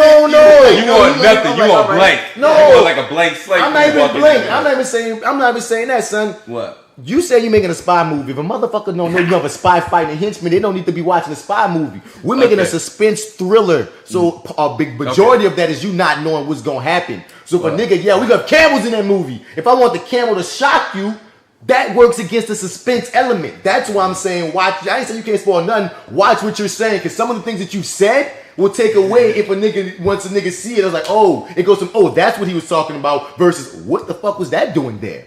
Well, then I enjoyed making the blank part when dude was like, really? And it was blank. And then when he was sitting there all watching it, like, man, this is crazy. Fuck. What you saying, Marty? Yeah, what was I talking about? You talking about the action scene? You said that you never saw yourself making the action scene. Because I'm curious to know what was the challenge. What was the challenge of it? Challenge of it was because I don't know. Initially, when they just went, so my man, and this isn't a bad thing. I don't feel like I'm saying anything bad, so I'm just gonna shout him out. But Kev, my dude. Shout out to Kev. Kev played like the henchman, because Kev perfect as the fucking henchman, right? He's a fucking big teddy bear though, man. He's cool as a motherfucker. You should check my Instagram. Yeah, check my Instagram out if you want to see the big teddy bear singing. Karaoke Kev, the rap party. Call him Karaoke Kev. Yeah, Karaoke Kev. So, so what was I talking about? Kev. He's a henchman.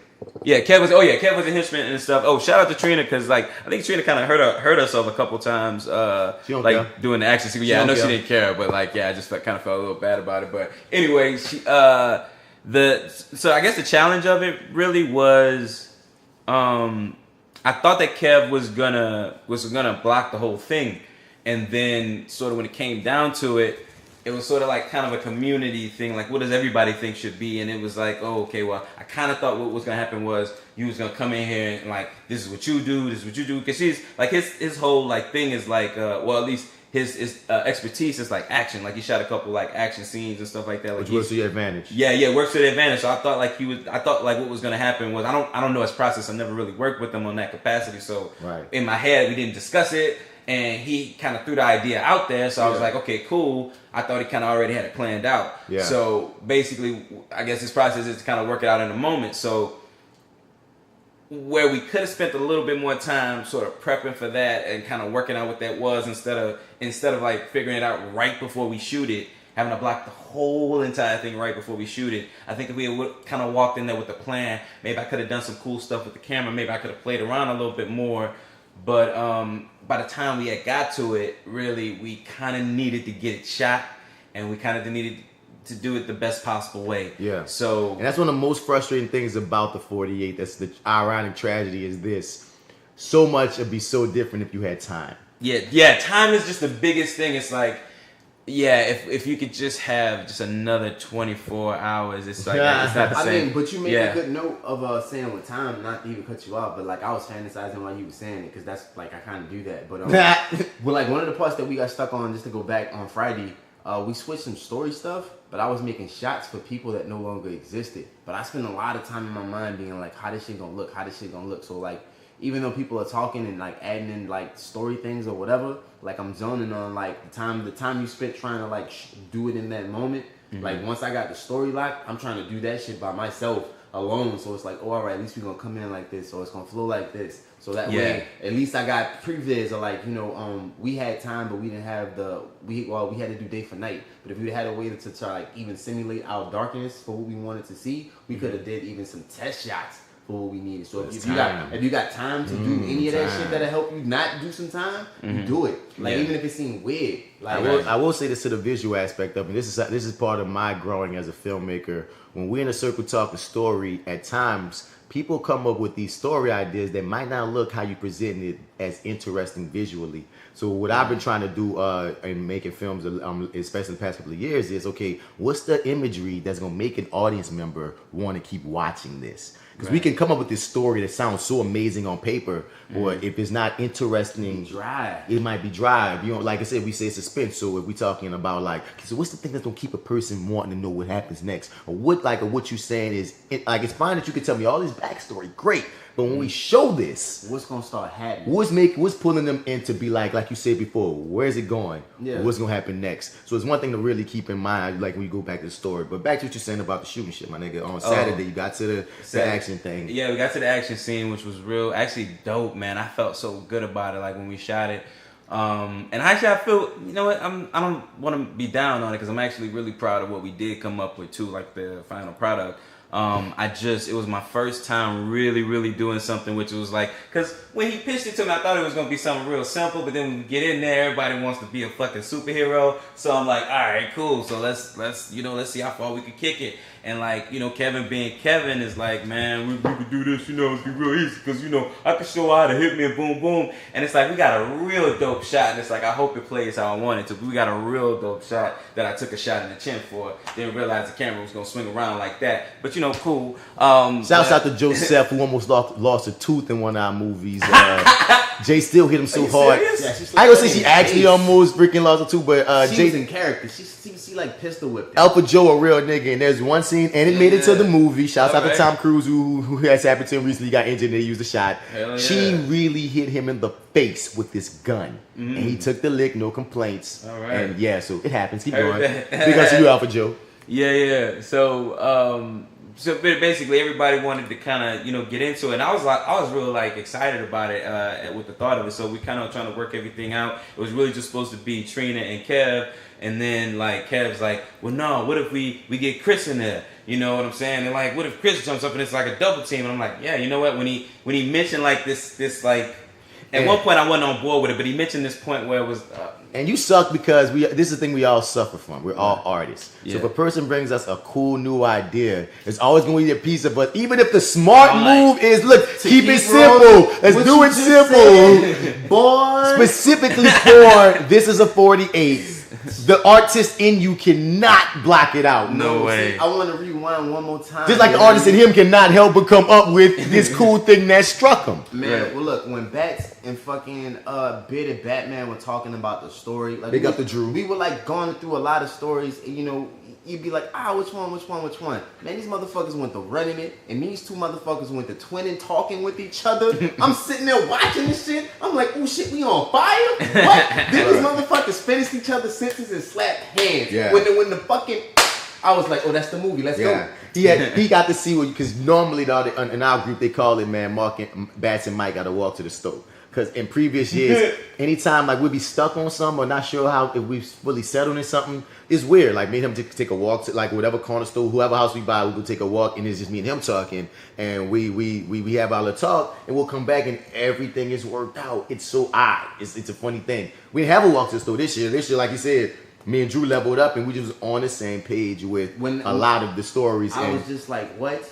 Once the niggas, like, when they said it, it wasn't even like, how can I convince other people? I'm like, y'all two fucking strangers. Like really, they was fucking. That's my nigga, man. But we don't usually come up with stories like that. They're like, dog, like from the outside, like it was some fucking Shaolin glow type shit, man. So like, boom, once it slapped like that, and like when they were talking, I kept really seeing it. Like, you know, like that really helps it. Like if you can see it move and see it walk, see the people breathe, you know what I mean? It's gonna really come to life. And this is one of the few times where, like, you just spoke on how things changed when you got to the certain scenes. Yeah. This is one of the few times where everything we said in the skeleton, we shot exactly how we said it. Oh, this is not normal. Normally it's what you said. Oh, we hear like, what if? You know what I mean? And like we want to shoot other shit. But no, like it's weird. Like we really said this is our story. I mean, you know what I mean? We stopped. But I think it was more of us talking about it in the kinetic energy, like almost if you did it from this track, you fucking up this vibe. You know what I mean? You know what I mean? Stay right here. Keep going this way. Yeah. You know what I mean? And so like a lot of that really pulled us close to the end. But we didn't really start shooting. We had to swap out day for night. Like the fucking our story required night. Yeah, nighttime. But which is why Friday was so frustrating because it was nighttime. We had a whole nighttime on Friday, and me and Mike are both night owls, so we both like bam. But come on, what's up? What's happening? If you ain't got the crew, that's one of the most frustrating things I'm gonna just continue to say throughout this, bro. Like you don't got the hands to do it. Now you see why everybody from the goddamn grip to you see why sometimes you just need somebody to make a run for you. Come on. I have to make my own run sometimes. You know what I'm saying? Like, damn, and I should be here shooting or whatever. So it's like, it's so many things that happen when someone who may feel like they're unneeded, all of a sudden, damn, they left. Fuck. You know what I'm saying? What happened? Oh, they left. Like one of our people was traveling like 45 minutes to come back if he needed to come back. So it was like crazy like time things with that. But even still, like once we had the story, we're going into the next day. we had to fucking wait to like basically transform the space to be what it was. But we ain't do no waiting. I'm gonna say this, dog. At one point when we decided we had to shoot all our things at night, and that's a healthy discussion if, you know what I'm saying, you have 48 hours and you're only gonna use night. I'm gonna give it to you. Shouts out to Josephine. Shouts out to your little nephew Sam. Who else helped you on this? Nomika. Shouts out to Nomika. Y'all subbed out. Andrew, y'all were able to we had no real downtime. You know what I mean? We went and did the radio show for 2 hours. That was time. And Kelly. Shouts out to Kelly. Yeah, but y'all substitute the day from night well. We made great use of our time. Yeah, but it would have been even greater to use the nighttime because we. No. I'm saying we had more hands. Oh yeah. But you're right, that too. We could have practiced those revisited scenes, since that's the best way to call it. Like what it's coded on the file. We could like I said that though. We needed to practice like certain parts of our stuff. Time. Like you see like what is it, man? Like you read through the whole script. It's what he said, but it's like, what's your big payoff? If your big payoff is at night, you need lights. Yeah, I mean, if your big payoff is with a knife and people are fighting, it's the big payoff. Yeah. Like, you spend more time doing that. If you spend more time shooting innocuous B-roll scenes, you didn't fail. You gotta spend time on what's the payoff. Right. The other shit, like, we shot some, like, I'm knocking on the door, a person falling down scenes. Like, we shot them bitches, like... After the fact. Yeah, like, man, come fall down right here. Boom. You know what I mean? But, like, when you watch it, that was so what's up. Man, that motherfucker just fell. Like, man, like, boom. Like, happy accidents are amazing, too. Yeah, but there are key scenes that you want to, like, focus on. It's like they'll stand out in your script. Everybody's story thing is different on how they track it out. But I'm saying sometimes a key scene will come that you didn't even see coming to be a key scene. Once again, shout out to Trina pulling like off like this sort of flip at the end. It was like she was just trying to figure out what she wanted to do, man, and it was just like boom, boom, and I was like, they were just kind of running something, and I was recording, and I was like, you know what? Because I was just recording them running it. Because I was like, maybe we can use this, whatever they come up with. And she kind of did something, and I was like, boom, that's what it is, man. This is fucking perfect. This shit is so much better than I thought it was gonna be. Oh fuck, because of you know what I mean? Working with students. B not knowing how to work the equipment. Sometimes we just be like, man, set that shit up. Like set up every time. Even in practicing, set up everything for real, no matter what. And like long as no one says, like long as I don't call him Bats, it's going. And I try not to pollute the scene with my since I'm behind the camera with my voice. And that's a cheat right there. Boom, you caught a fire scene that you really wanted, how you want it to go. And you was already recorded. You just needed the for real sound. So you. Like the for real sound already running. Boom, y'all say what time you say, break, let's go to the next scene. And a lot of things we've cheated that like that in the past. On just that was awesome, let's go. People like, what? That was great. Let's come on, man. Stop being over there with that. Yeah. Like a lot of people are like fooled by like the magic of like cinema. Sometimes it's really. But that's the point. It's the magic of cinema. It's not for everybody to do. It's like that's one of the reasons why I think cinema has remained not fully pure. You just call me a magician then?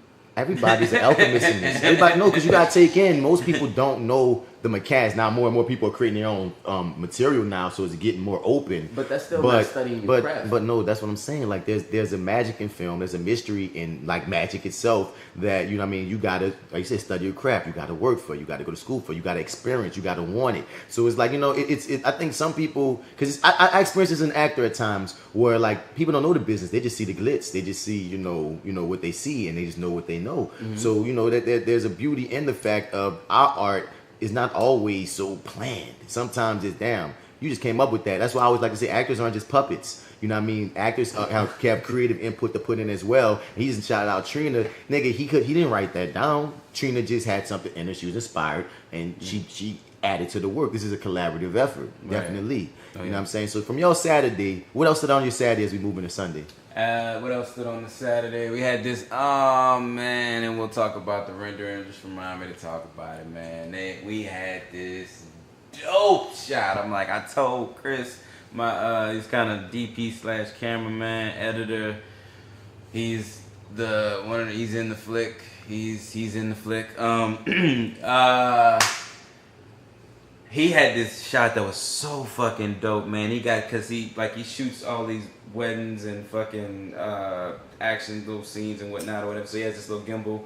Man, he has this dope shot of Trina coming down the stairs, picking up this little go bag or whatever, and then walking back up and man, with the music on it, bro, it's just like, I'm gonna get a job off of this. Thank you, brother. I appreciate that. And we'll get to the rendering and what happened there, but yeah, man, we had that to do. We just had a couple like pickup shots because we did a lot of shit on on Friday. We just had the big thing was the fight sequence, and then we had to figure out a way to shoot this other scene because it just wasn't working for the actresses in the scene. Like, it just kind of wasn't working for them, and they was trying to kind of like what was written on the page wasn't working for them based on what we had already shot. And I was just like, look, just give me the words that's on the page.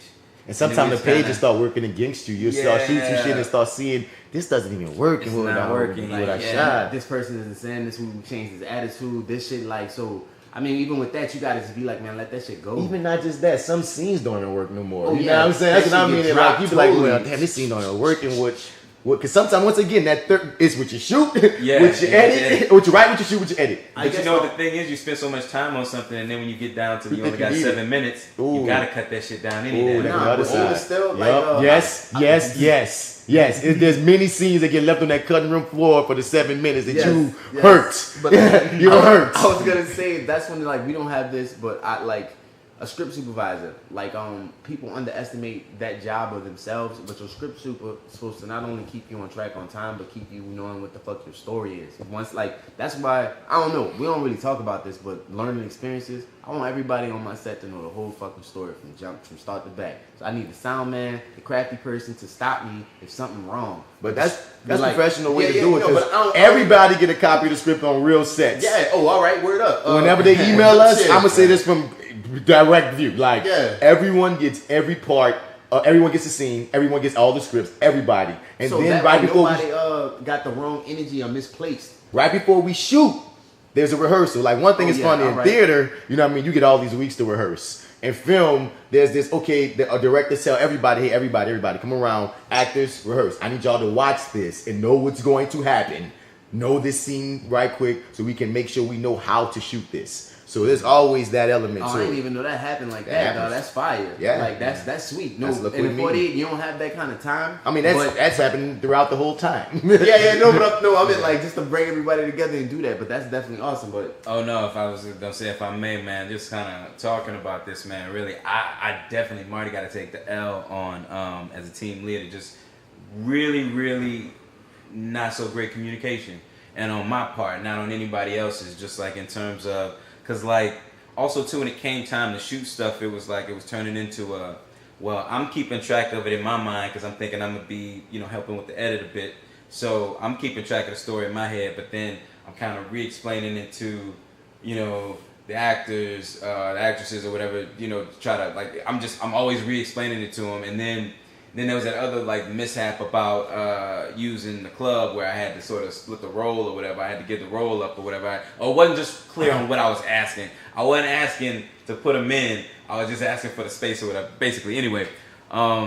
Mishaps, yeah. Basically, that all could be if everybody had the script, which we also weren't able to print out the script. We had to do an email, so that made it real difficult. I'm the leader, the director, the writer.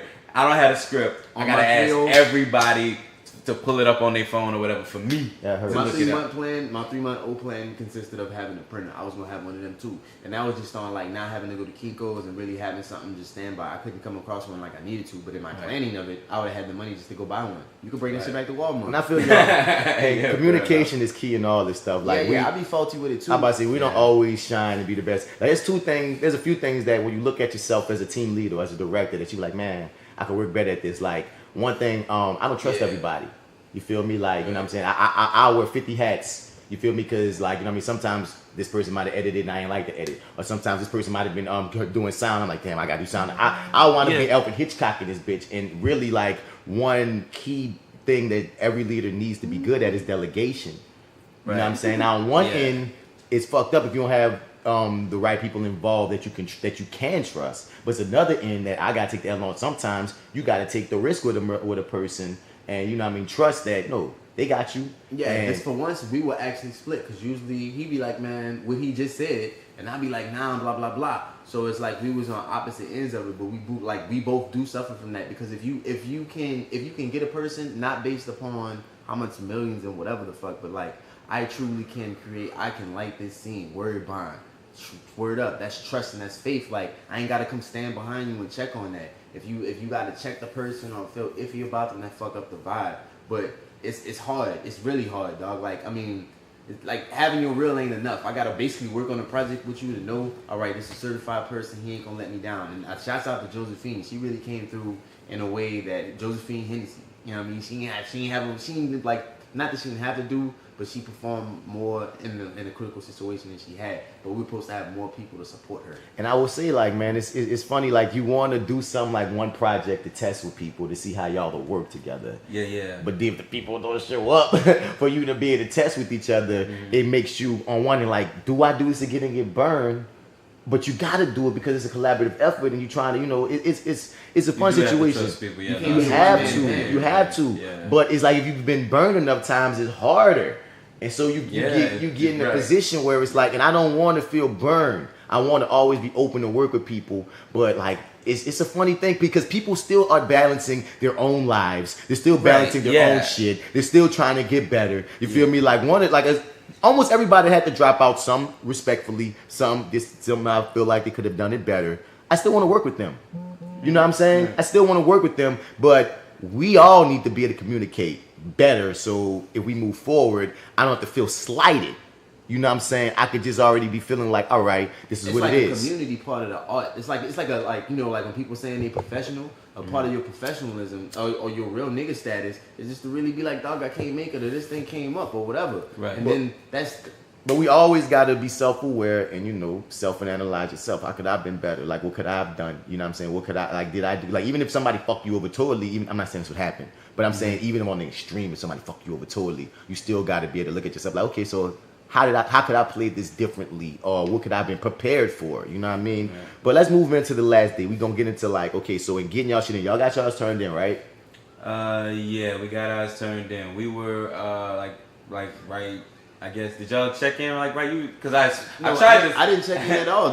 That's what I was trying to say. Like I didn't understand in that line because we had already been through a previous situation, not having a fucked up render, and like of knowing that 7:30 was the time is because that's actually the time. That's when I walked up there because it was 7:30. I got to tell him, hey man, I'm sitting here, my shit fucked up. But we were there at like 6:49. If our movie had burned right, we was in. Because our movie refused. So. Like even in everything, because sometimes I look at myself like, could we have delegated the time better? Because once again, dog, I said this previously. Even though we've done it all these years, you know what I mean? 3 times in a row not getting it on time does not show that you've been doing it all these years. It almost feels embarrassing. So it was so frustrating having everything set up and knowing that you get to the finish line and you could have got it done. But the render, but let's get into your situation because I was very particular as well. So basically, the edit started at about 12. I think I got to Chris and Kev's crib to kind of look at everything, and I think he had kind of started 1 or 2 scenes or whatever. So we going back and forth. I'm throwing in my ideas or whatever. Everybody's kind of sitting there. We're just kind of looking at the film, just doing. Did you guys have any storyboards or anything like that? No, we didn't have anything. We didn't, like, at one point we were like, yo, y'all need to slate everything, and I was like, yeah, you know, that's a good idea to be professional, man, and start getting in the habit of doing that, because this isn't going to be our last film or whatever, because last time around we just kind of shot it because we knew we were going to do the edit, or Chris knew he was going to do the editing shot basically every frame, so it was like he was going to be able to put it together. And that's not always a bad thing. That's not always a bad thing, but I agree on y'all trying to build culture. As just a tip, if you ain't even got a slate, you call that bitch whatever you like. This the niggas about to fall, and just clap. The clap is still the slate, and that's what you sync in your sound. But they say specifically they don't want to do that. They want to do the professional way of how they do it. I was just saying in case if you saying y'all was, I was just throwing out there if nobody was really doing it. Right. It's just if you could say that shit as a director, just being like my voice and my soundtrack is at least heard on that for the editor, even if you ain't got nothing. Right. Okay. Fair enough. I mean? Just like. Because like the 48 really tests like I said, it's a test of like not how professional, it's how professional you could be with fucking sticking a rock, dog. It's not how professional you could be with all this extra shit. Because sometimes having a laser for some shit that's just simpler, we can hit this bitch with a PP gun and be good. So like, same effect.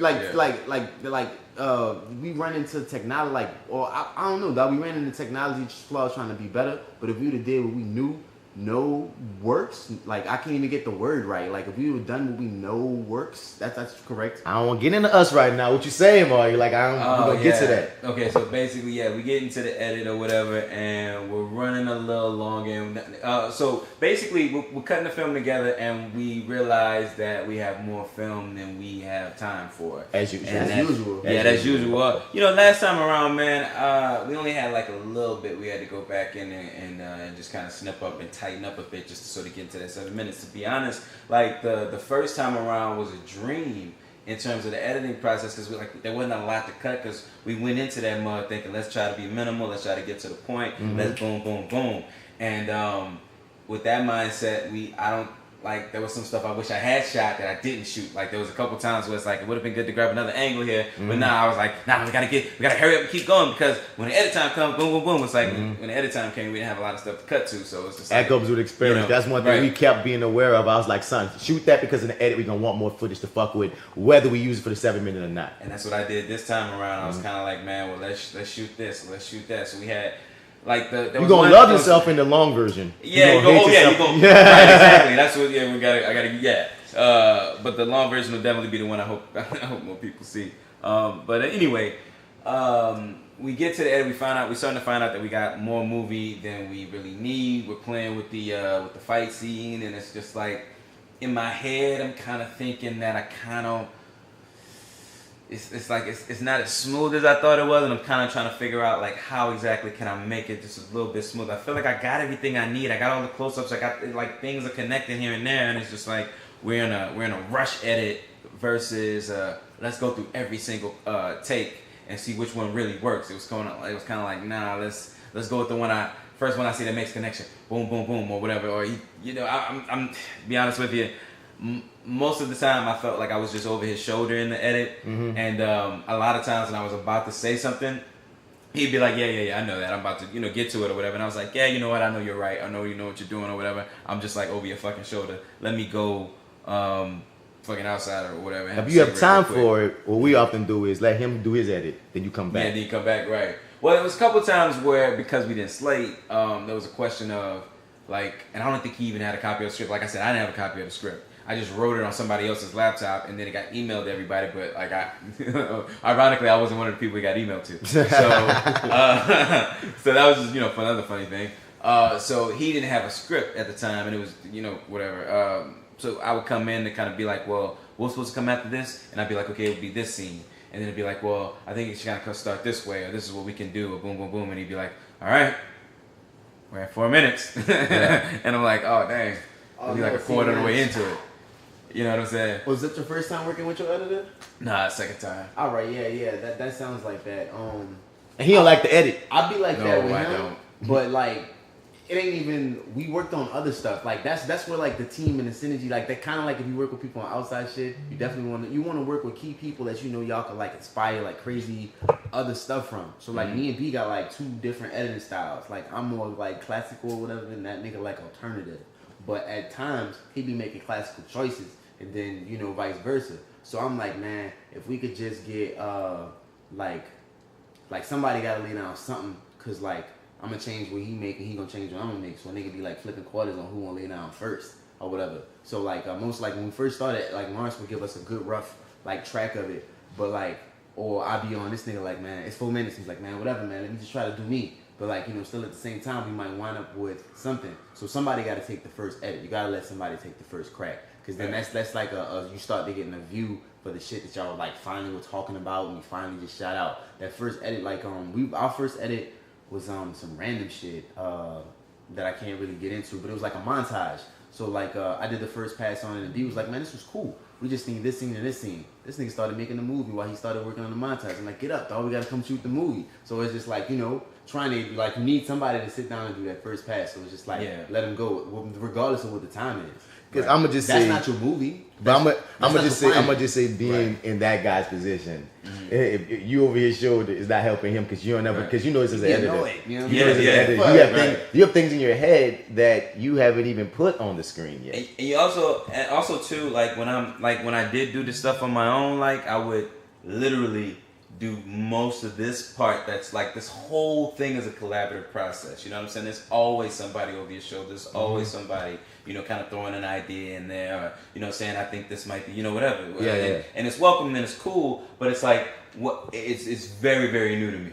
Yeah, it's very, very new because I'm used to just sort of having to show up and people be like, you know, hey, well, what are we doing? It's like, cool, okay, you're going to maybe doing this, boom, boom, boom, you're going to go over there and do this, blah, blah, blah. But like in this process, it's like everybody has an idea of how to move forward and how to do, you know, anything, you know, so it's like, yeah, I forgot where I was going with that. I think it's going to work to your advantage as a team, definitely moving forward. Yeah, because this time crunch really fucks up a lot of what could be.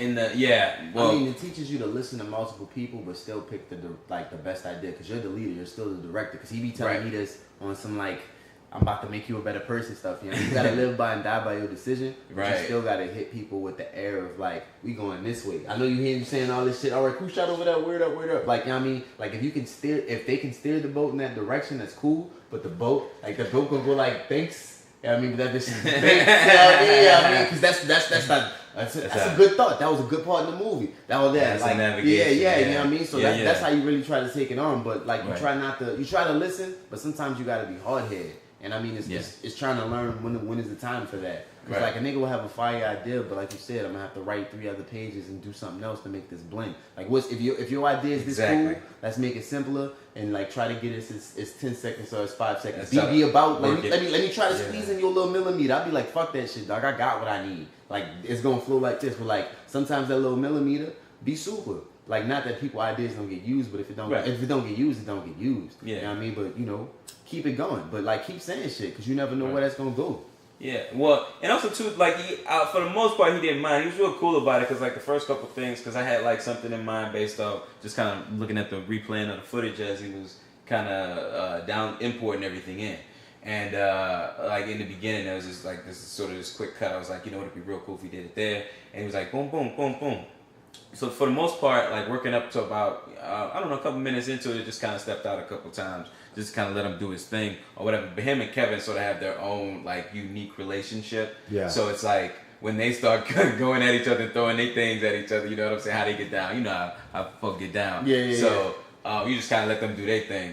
And then so basically we got down to a cut that was cool. You know, we had to go back in. I said because my philosophy at the time was because I was already thinking this, but somebody else said it out loud, and I was like, cool, okay, great. I don't have to sell anybody on the idea, because he said it, and everybody else thought it was a great idea. So, cool. Boom, I don't have to sell anybody.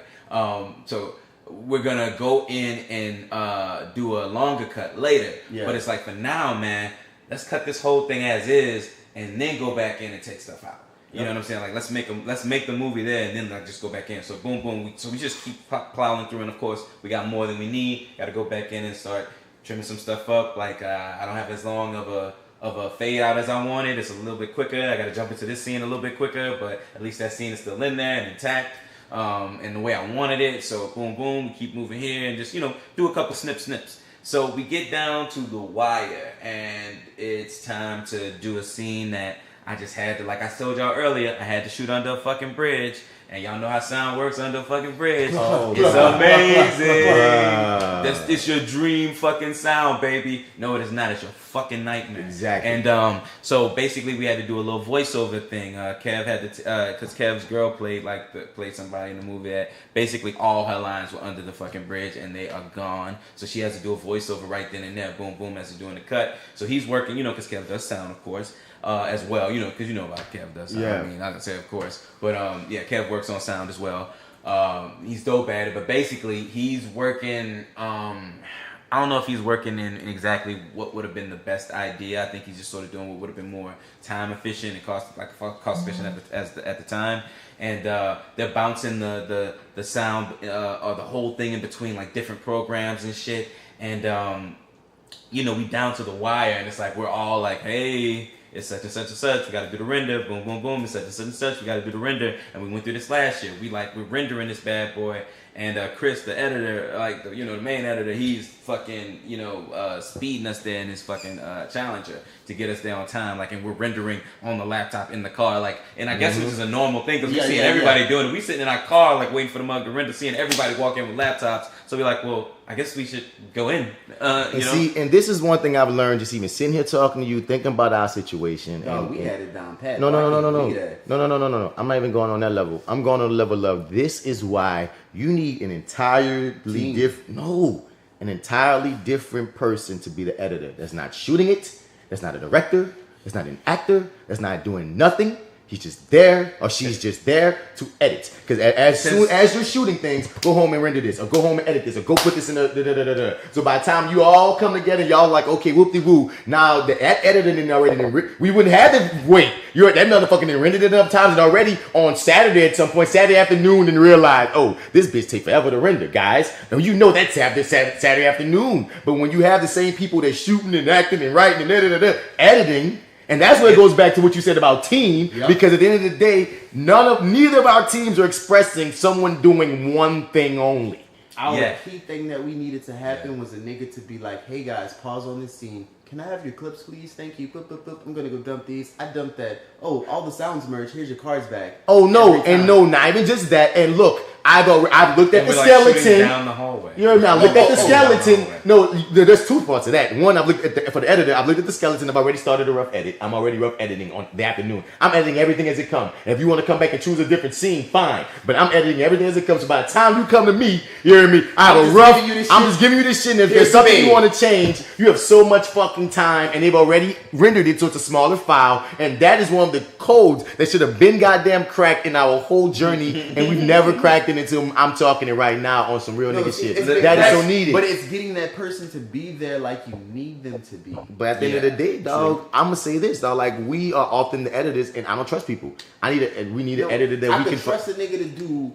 Not the second part of what you said, but all the beginning part. That's cool because you can't fuck that up. You can only fuck that up by it, like the sound being fucked up, and you supposed to stop us while we shooting the next scene to be like, that sound fucked up. This shit got to start again. Or B, my nigga, you don't know how to batch and put clips together. You fired. Get somebody else that can do this shit right fast. Either way it go, dog. The ideal situation is an editor that you can trust, that know the story in and out, just like the writer, just like the director, and you can trust that when they go lay it down, you ain't got to think twice about what they gonna go lay down, and they're already editing, they're already at it. Same thing with another cameraman, because we thought we had that too. We thought we was gonna have 3 cameras, and one camera. We rented a backup camera on pure coincidence, and that wound up being our main camera. Only had one. And they wound up being our downfall, because the thing is, the first cameraman that we had, he had everything. He had the works. He had the shit. You feel me? So it got to a point where it was so much better than our cameras that 5 rented another camera to compete. Just so when he renders his files, if we have to use his other camera, it's not going to be such a drop off, because we're expecting for him to come through when he did not come through at all.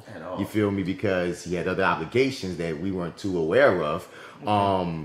He could have said that, but then that stuck us with this one camera that we're shooting with, and unbeknownst to us, you want to talk a render, we didn't know that a 4K shot. The files were so huge. Didn't realize it was gonna be like. So in the files being so huge, the render in the computer and the RAM in the computer couldn't handle it. It goes back to what I said earlier of, you gotta have the equipment that can handle when you decide to make this upgrade. If you don't have the computer that can handle the upgrade, it don't make no sense to upgrade. Stick with what you know. Just stick with what you know. Because the damn computer. Listen, I'm trying to edit 1080. I'm adding a motherfucking fade transition, a simple fucking cross.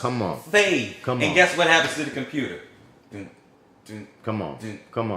I just bought a new. I just got a PC now because it was the cheapest thing I could get. But like when I tell you, dude, I throw the transition on that bitch now. You know what it do?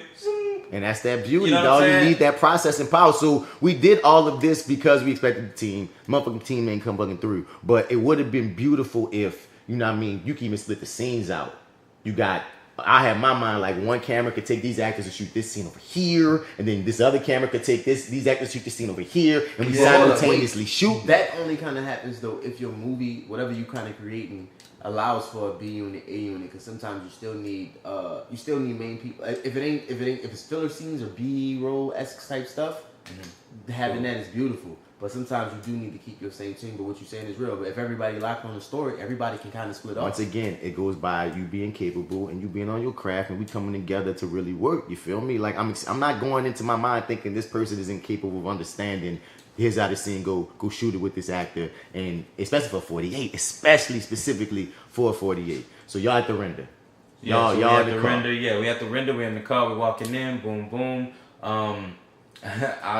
You see if us? Anybody? Yeah, I see y'all. Yeah, fuck. And I try to say what's up. I'm not gonna lie, because I seem like everybody wasn't in a great mood. I was not in a great mood. But no, I wasn't in a great mood. I don't know why, but like I don't know, something happened where I felt like somebody was being kind of smart or whatever. Boom, boom, or whatever. I don't know what happened. Anyway, I'm in my cranky mode. I was in a cranky mode. And I was a little rude to somebody, I felt maybe. So if they ever happen to listen to this or whatever, do apologize about that if I was rude. But anyway, I got in the line, and then this other lady was like, "You should get in front of us." Like I was speaking to you, and then like this other lady was like, "You should get over here." And I was like, "Bitch, I was just talking to this man." So I was like, "Okay, cool, let me get over here." And I'm sorry about that. If I was, I was pretty polite to you. Yeah, doesn't matter. I was actually pretty polite to you anyway. But then I turned back and I was talking to you for a second. But yeah, we get in there, and I'm just like, well, do I want to check in right now because it's still kind of rendering? And then I find out after I get out of line that I could have just checked in and just took a couple seconds to let it,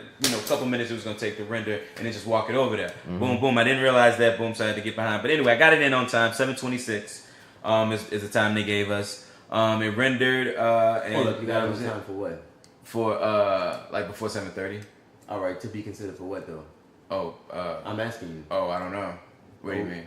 All right, cool. Because if you don't get it there at 7, everything else is an audience award. You said that earlier. Oh, really? Yeah. I thought because the website said by 7:30 to be considered on time or something. Or whatever. They made a 30-minute grace period. Son, I keep saying this, fine. They did a countdown. I do not think the countdown was for people who don't qualify. Yeah, I was looking at it as we were doing the edit because I was looking at the time and we all were looking at the time. And you tell me that, dog, my feelings even more hurt because that bitch still wouldn't put out. I mean, it didn't. It refused to. But I stand by, dog. They did that damn countdown, and I was just like, I gotta take a walk because we in that bitch. You didn't lose that at 6:40. Oh, boy, don't tell me that. I'm glad I experienced that shit as if like my whole thing was like, man, from like not like failing so much, but just having bullshit happening and them niggas knowing us. Like sometimes they be like, man, we know, bro, it's fucked up. Just bring it tomorrow. So I just needed somebody to tell me that. When they didn't say that, I was like, why the fuck they not letting me go? This shit not working, dog. I'm fucking with y'all. I don't know what to do. So I was like, all right, I'm gonna sit here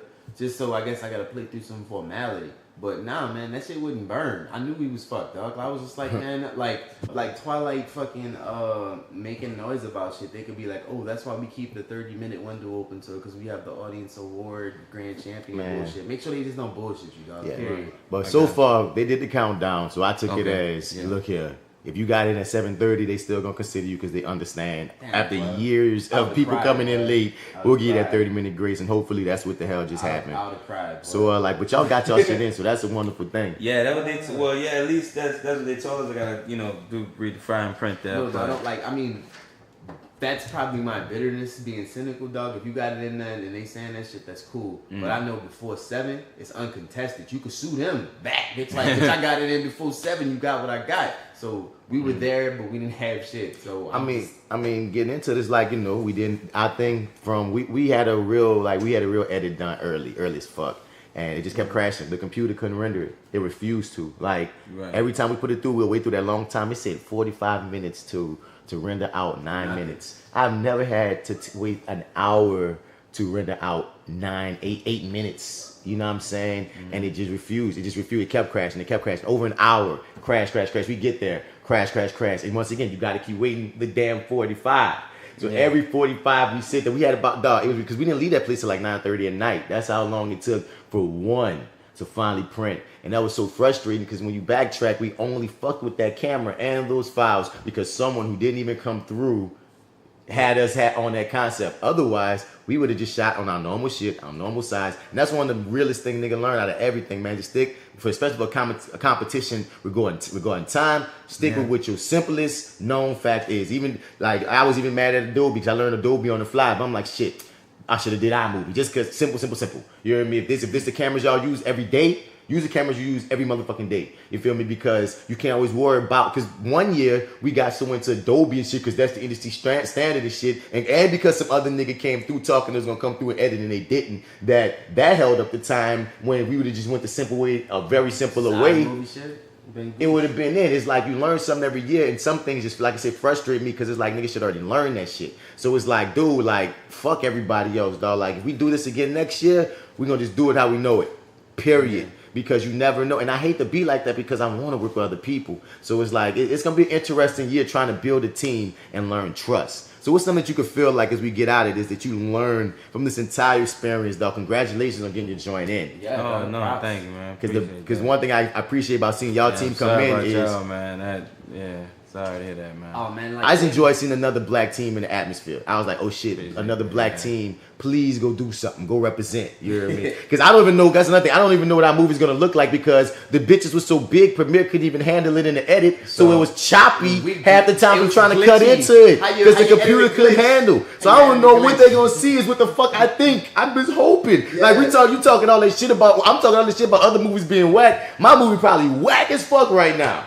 Well, we had like a couple of things because, so like I was saying before about the shooting under the bridge, we had to do the voiceovers or whatever, boom, boom. So Kevin's doing the edit right in front of us, but with headphones on. He's telling us, yeah, look, I can hear everything, boom, boom, it's all good. So we bouncing these files back and forth, boom, boom, and like we thinking everything is good. We get down, like we do the render right, a couple minutes before we got to turn it in. Mm-hmm. Like it finishes literally a couple minutes right on time. So boom, we handing it in. We haven't seen it yet. Oh god. So we go back. We doing a cast and crew screening, and the shit is playing, and it's like, okay, the shit that we didn't really like sort of edit for sound because there was this dope ass music playing under that made it fucking perfect, and then it made it just, I don't know, it just made it pop, and then without it, it's just like, all right, these are all right shots, and then that's a cool shot, but there's no music in it, and that hurt, and it's just like, and I'm watching it, and I'm like, pause it, bro. Pause. When we get to the point where I'm like, where like she's walking down this shot, I was like, I'm gonna get a job off of this, brother. Thank you so much. Like that shot there, when the music didn't play, I'm like, pause it, sir. Yep. Is there a way? Like, so what you saying is what we turned in is this. Yep. And he's like, yeah, okay, cool. So I'm like, is there a way to play it for them with the music? And he's like, not if you want to qualify. Right now, yeah. Well, no. I'm just mean for like us sitting here right now. Oh, you mean for the people there? I'm about to say. And I mean, he's like, nah, because somewhere in between the bounce, we lost the music, so we'd have to go back in there, edit it, and sync it back up or whatever, boom, boom, and do that. So I'm like, nah, I don't want you to sit and do that in front of us on the screen. So, all right, just let it play through. And then we get to the end, the last scene where it's under the bridge and shit, and it's like, ugh, I can hear a where the dialogue that I imagine was supposed to be the voiceover is playing. Now it's very faint, and it's like I don't even think they heard it because nobody acknowledged it at the end of it. And I'm just like, no, y'all, I heard it. There's a right where because we sitting there listening to her do the voiceovers. We all gotta shut the fuck up because she's doing it. So it's like I know what happened there, man. In between like bouncing it or whatever, something didn't register. If we had a little bit more time, boom, boom, we could have listened to it. But it's like he was the only one to hear it, so it's like we. And that's one of the most heartbreaking things, especially when you watch the screening, because especially once you're about. Like I was saying before, like I was telling you. Well, I'm sorry, I didn't want to cut you. No, keep going. I'm just saying, keep going. Okay, yeah. Well, when I used to just go to watch y'all's, I would just kind of be like, what is this piece of garbage? You see with this scene where you can't even see this guy's face, and then when you cut away to the next scene, now all of a sudden it's like, what the fuck is going on here? They don't know how to make a movie. Right. And I'm like, so much shit can happen in a render, and then like a lot of shit is really outside of my hands because like this is Kevin's expertise. I can't sit over his shoulder and be like, hey man, I think you may want to turn up the sound or make sure that the render I don't know what the fuck he's doing. Right. I don't know what the fuck he was doing when he was sitting there. Right. So it's like he's doing some Chinese just that I can't understand. Right. Like his calligraphy. I don't know what the fuck is going on. So I couldn't. There's nothing I could have done there to help. And it's like we were so just pressed on time, and we took so long because I insisted to do a whole edit when maybe we should have just started chopping at the time when we knew we were gonna run over time. Like maybe we should have just started doing it then. Maybe those scenes I was asking, so maybe can we just keep this in, and maybe if we run over time, can we just go back and cut it? Maybe I should have just cut that shit right then and there because I knew we were gonna have to do it. Okay, you know hold up. Okay, two things. One, it's really frustrating to watch a film on that screen with all those other films, especially after you've done another version where you know this is how it should be, and you really wish everybody in there could see how it should be. Yeah. That's what I'm gonna feel. That's what I'm glad I'm gonna be out of town. We've been in Puerto Rico, y'all. I'm out of town for the screening, dog, because I know whatever they see, I'm gonna hate. Y'all. I'm gonna hate because I know how it should be. Two, there's a way to make what you like.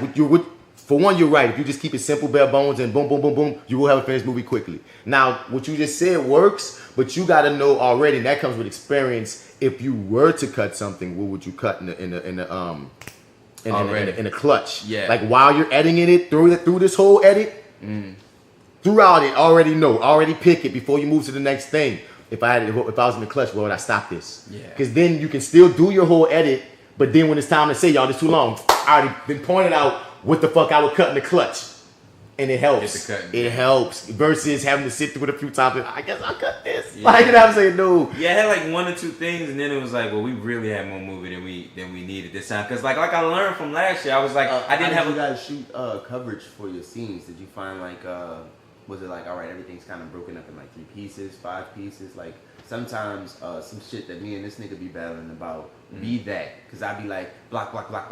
They gonna watch it. He like, this boring, man. I got all this other shit we did. I'm like, nigga, we on time. Block. You know what I mean? But sometimes you could really go and just snap 5 seconds of that block, come back with some of his flavor for shit. Another block, 5 minutes. You know what I mean? So it's just like trying to find the rhythm of like what you had shot. Like sometimes you want like pacing. But I like 4 of the 48 is like one cool fight scene. It could be a bunch of fluff, but like especially on the edit, since that's the final rewrite of the film. Like if we got a walk to get in this place, is the walk really important? That's gone. These niggas hollering at each other. It's really important that they just holler. They just hollering and just like, but we get time after the fact to do that type of shit. But in the edit, like if he leave, I'm gonna go do that. I come right behind him and be like, oh, let's go. Like it's gone. Like, but sometimes that take away from the story, and he have to go back to rebuild that in. But if we got a time conserve, I really be trying to squeeze the piss out that bitch. I think the end of the story. I think everybody learned they fucking cheats in that shit when it comes to time preservation, man. Yeah, definitely. It was something to learn. But like I didn't. To be honest with you, I enjoyed this process of having to go back and cut. It did hurt a little bit more, but it's like at least I learned to shoot like coverage and shit. Yeah, that's what I was saying. You know, yeah. Boom. So yeah. It's like from last year, you have a shot like we toy with like the acting, or is it the shots? Like which one is gonna really be the best for this moment? But sometimes with that edit, it'd be a mix of all that shit. So you really just try to squeeze that in. But on the edit he did, we were at 7:45. When I tagged on the ending, it was 1:15, and I didn't even feel like that was 1:15. So I did a good job with the pacing, but I'm like, fuck, like, you know, on the time. So we had to fix some of that shit. Well, I already knew shit to cut, because like I said, it works if you already knew it in the clutch. Cut that shit out. Oh, but I mean, you wasn't anticipating the ending was going to be but it's still the same thing. But what you saying, what you about to say, like, as we cap this off? Oh, yeah, man. Just that... I know what it's like now to sort of have something that's just out of your hands and control, like something like it's gonna play, and hopefully I'm gonna be there, and it's just like when they pass me, it might be like, would you like to say anything about your film? Yeah, that last scene. But you feel good about the rest though. Oh yeah, no, I love the I love the movie. It's just like the movie that we prepared, I think is dope. I mean, well, at least the one that got turned in, like it's like I'm still happy with it, even without the music in it. It's still a dope shot, but I mean that music, man, you know what it accentuated. It's just you know like it could be. Boom, yeah. So it's like where everybody's down. Like I said, after I get out of here, I gotta go meet up with them, and then we're gonna like go back and fix it. Yeah, go back and fix it. Put the stuff back in, and then release it like on YouTube. And how long do you think it's gonna be? Say about maybe no more than like 8.5 minutes. Oh, cool. So you don't really have that much time to add in. No, not really. I just want to go back in and push some stuff. Depending upon how your story wraps or what your extra minute is, you can put credits on it. They take that shit free of charge. That's what we did. Yeah, we had to do that to get the final. But I like the fact that they write that shit down on there, but they don't make it be explicit. Like, you know, if you do it right, they let it roll. Right, so how you feel about your movie as we get out your 5? I don't really know. We ain't watched that bitch. You haven't watched it. I've seen it many times editing this motherfucker. But what you? Well, I mean, now like I saw the movie and moving across. You ain't see my scene with the hat thing with the surprise. You said you never saw it, so you ain't see the movie.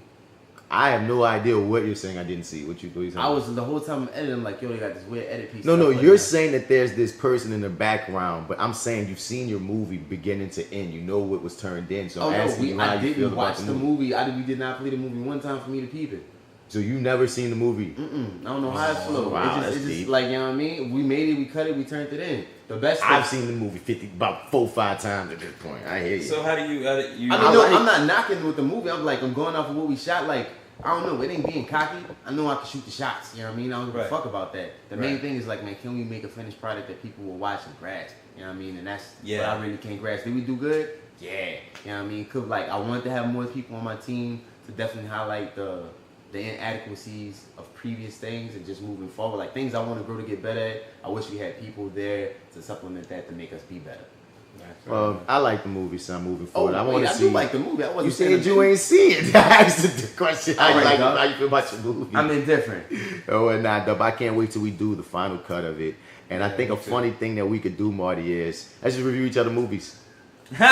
You feel me? Like let's review each other movies. Let's review like the intended versions. Yeah. Okay. Cool. The intended versions. Yeah, definitely. I could do that. You know what I mean? Yeah, like, say, no, I can't it's gonna be. If we go to 48 nah. When we be done, those versions don't even exist no more. It's like, where is that? Where's the 7-minute version? But I'm saying like how we plan on doing for Tales from the Hood is like, you know what I mean? We gonna pre-watch it, then watch the bitch with the other motherfucker. But like, you can't say what's good or not, or what you like or not. You just gotta give a background story on something. Okay. And vice versa. I can't be like, man, yeah, I think this, cause fuck, I made the movie. I can't be like, yeah, this was nah, son. You give me what you feel about it, whatever it is, and you know what I mean. I can be like, here's a story But with the it. whole time you haven't let me tell people anything about the movie though. Every time I try to say something, you cut me off. Do they know about his movie? Yeah.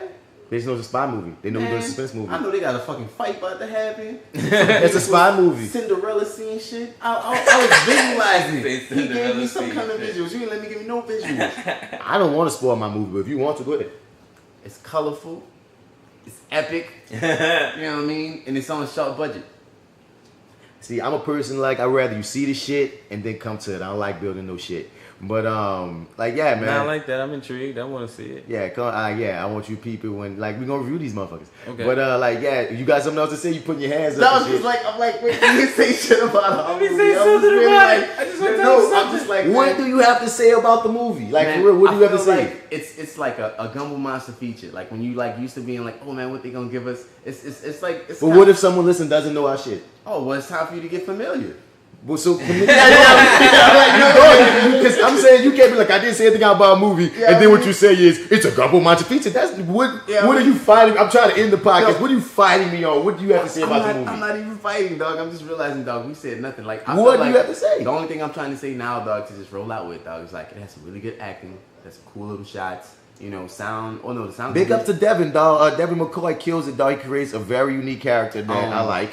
And we had costuming, yeah. How? People just brought stuff to wear. Don't be like that, dog. You can't. Anyway, Devin on the acting tip killed it. I really enjoy what he did. You don't want me to hype up nothing for y'all, but please. I don't lie, dog. I'm not about to sit up here. Lie. It's hype beast. Anyway, Devin did a great job on the acting tip. Who else was in there that I really love? Everybody. DC has this amazing scene. Shouts out to best where moms. Like, I don't know why we shot on mine, but big up to DC. Like, I don't even know why. I'm just saying, I don't even know why y'all shut up. Once again, everybody did their jobs in the correct fashion. I got nothing bad to say about acting. I really would rather get it out there, let it be out there for a little while, and then talk about it. You know what I'm saying? Because then I can feel like, all right, anybody listening, we're going to keep saying, go see our movies, go see our movies, go see our movies, go see our movies. So hopefully, if you listen to the podcast, you go take the time out and actually watch the movie. So when we talk about the movie, then I can be like, well, you already seen what we talking about, and I can speak on it. But as far as when the movie ain't out, we ain't finished recording, I'm not in like this big. We have more. If you want to come back 5, you're very welcome to come back. See, we do this every week, so it's like we gonna have many more times to talk about this in depth. That ain't even what I was saying, though. The only point I was just trying to make was just to give people like some insight and just be on it. But you know, what else you gotta say? I got nothing, dog. Because every time I start saying something, you say giving it to him, dog. You know what I mean? I'm gonna tell you off mic specifically why the things that you were saying were like saying too much about the story. If there's some other insight that you want to talk about, you can get it out. But I mean, you really just try to do a lot of drugs of the keeping you up variety and really try to stay focused. It's good to have good music, good vibes. You slept? We slept during the break. It was like 2 or 3 hours of sleep. That's what's up. Back rubs is fire. You know what I mean? How many hours of sleep you got? Not a lot, nigga. Like 4. Like 4. I think I got about 4 as well. You know what I mean? You took that like weird ass power nap, like like it was like maybe like noon, and I woke up around like 3:50. Yeah, that nigga was like, what? But I was hoping when you woke back up, we'd have been done. But with the little, you know, this type of fucking action on the computer, yes, just like that. It was like, fucking trying to look through it, like it's like trying to shoot in the snow or some shit. Yeah, I got it. Boop. Nope, I missed. Like, damn. No, so yeah, the 48 is definitely a journey, and you know what I mean. I don't it's know. all about who you come through in the end with, though, man. Yeah, it's great. It's really great about getting a project. I gotta thank everybody that even if there's somebody I didn't shout out, or big ups to Josephine, because at the end of the day, though, like at one point we were so short-handed, it wound up just being Josephine on the mic, 5 on the camera, and me, and it was like, damn, where everybody, and Lawrence. That's why I always give up so much big ups to Lawrence. Lawrence would be sleeping, snoring, whatever, but Lawrence, I'm here. Like he's just always on alert. He's already ready. Big ups to him, because even after his shots were shot, he still came back to chill just in case we needed anything. Big ups to J.Steel. She was in the same manner. Even after her shots were shot and she killed other scenes too, she was still there to support. Like, if there's anything that's needed, I'm here. You feel me? So like, you know, I mean, bigs ups to those people that, you know, really, you know, rocked it out. But I'm not gonna take any slights to anyone else who had to leave, because they stayed. They did, the ones that did what they had to do. And if you do what you have to do, I can't hate on you. Did what you had to do. So like, everything's about team. I know it's something that you talking about last year when we talked about it. So you and Rogue Motions, y'all going on to do more things. Yeah, we actually got plans, man. So, and it's like we're gonna definitely keep in communication. Like I said, we got going over there when I'm done. And then yeah, a lot of plans for us. I'm sorry. Wait, what was the question? Hi, Marty. We gave it to y'all. Hi, Marty. Yeah. I ain't go front it. All I was saying was, you know, you got the team going. Y'all got things coming. Right. I remember what I wanted to say. I wanted to just shout out my team, man. Rogue Martians, definitely something more and more to come. I thank y'all, everybody who was a part of that, man. I don't even think I can shout out everybody, but that just special thanks really to Kevin, Jenny L, and Chris, man. And Kevin and Chris really for like giving us y'all a crib and stuff, and like letting us play with all of your fun toys. We didn't even really get to play with all of them. I really wish I would have used that drone somehow, but you know, whatever. Maybe next time. That's for future movies, for future movies to come, right? But sounds like the Stitch came through and shot a few scenes for us as well. You know what I mean? But come on. Fair enough. Just shout out to the entire cast, everybody who came through. I'm not gonna call everybody out, but just everybody a part of this crew. Like we're family now. We've had our discussion. Y'all know what it is. Thank y'all so much, and more to come. We'll see y'all at the next barbecue. Anything like final words to say? 5. I love my homie Lil Maximiliano, aka Max Million. Whoa. Oh yeah, that's for all the bucks. Yeah. But nah, man, that's it. Do you want to come back and review films since you have so much to say on this? No, I don't, dog. You sure? I don't, dog. The door is open. I really wanted to talk about my cinematography. I don't really have nothing to say about your punk ass writing style. What about the cinematography? What you mean? You said you wanted to speak on it. What about it? You won't let me. If I will, it's gonna spoil the movie. Cause to speak about a shot, gonna have to like reference some other shit and reference some other shit. So it ain't gonna work out. So that's what the door's open. I just want to be like, man, I appreciate L Dub for really taking the time to talk about murder with me.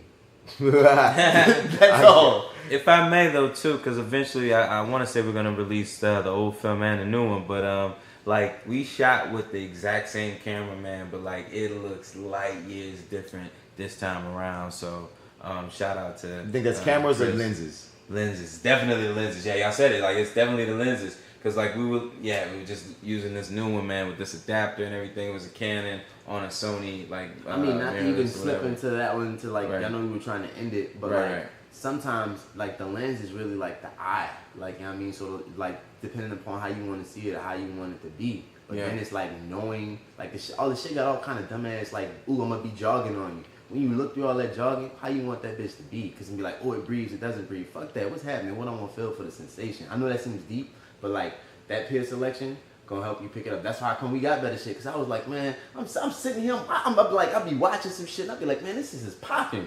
This ain't no, this some regular, this us being in this room, but why is this shit popping? I go research, oh, what camera y'all got? Oh, what lens y'all got? Once at the point when I started seeing niggas acquire lenses that I could go rent, and now I'm just like, when can I use this? You know what I mean? Like, for real, I think it's like, what lens is it? Or like, Google this shit. Like, it's a website that shows you certain movies and the camera and the lenses. Like, other key specific shit might be on there too, but I don't really care about that. Like, it might be geeky as fuck, but it'll have it for tight, for real, for like some films you've like probably watched and seen.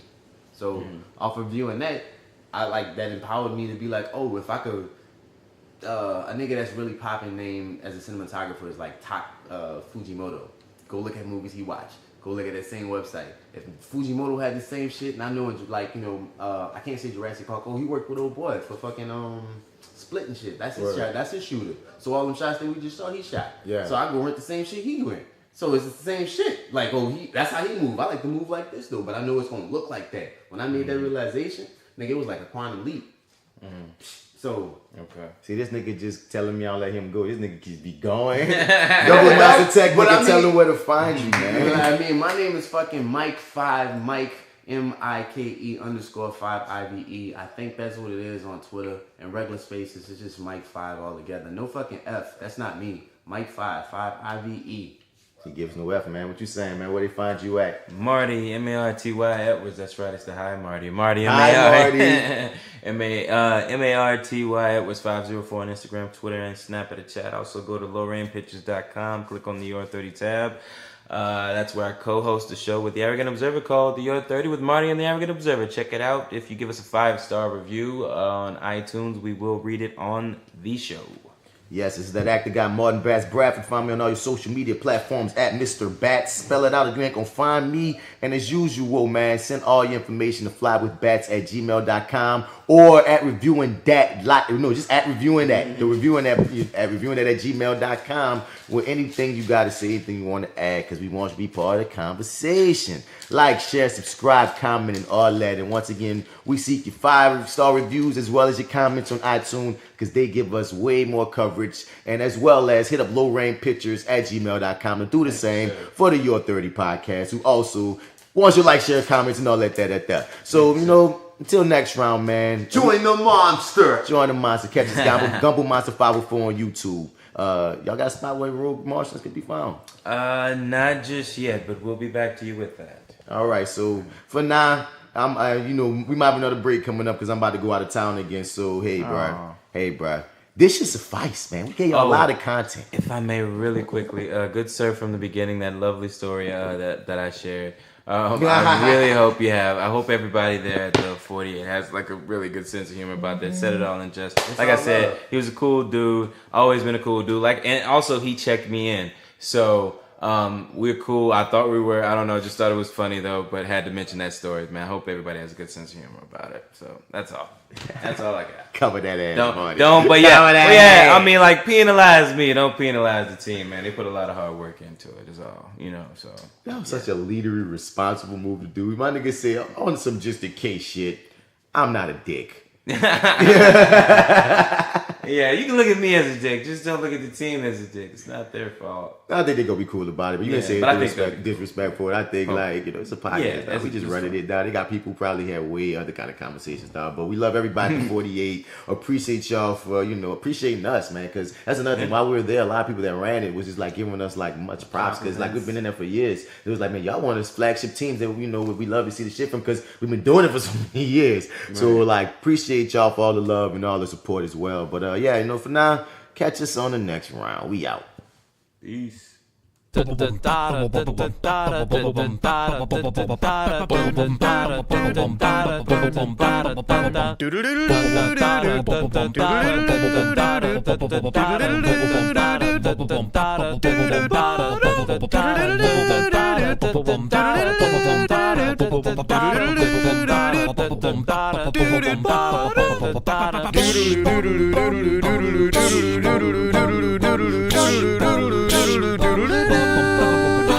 Do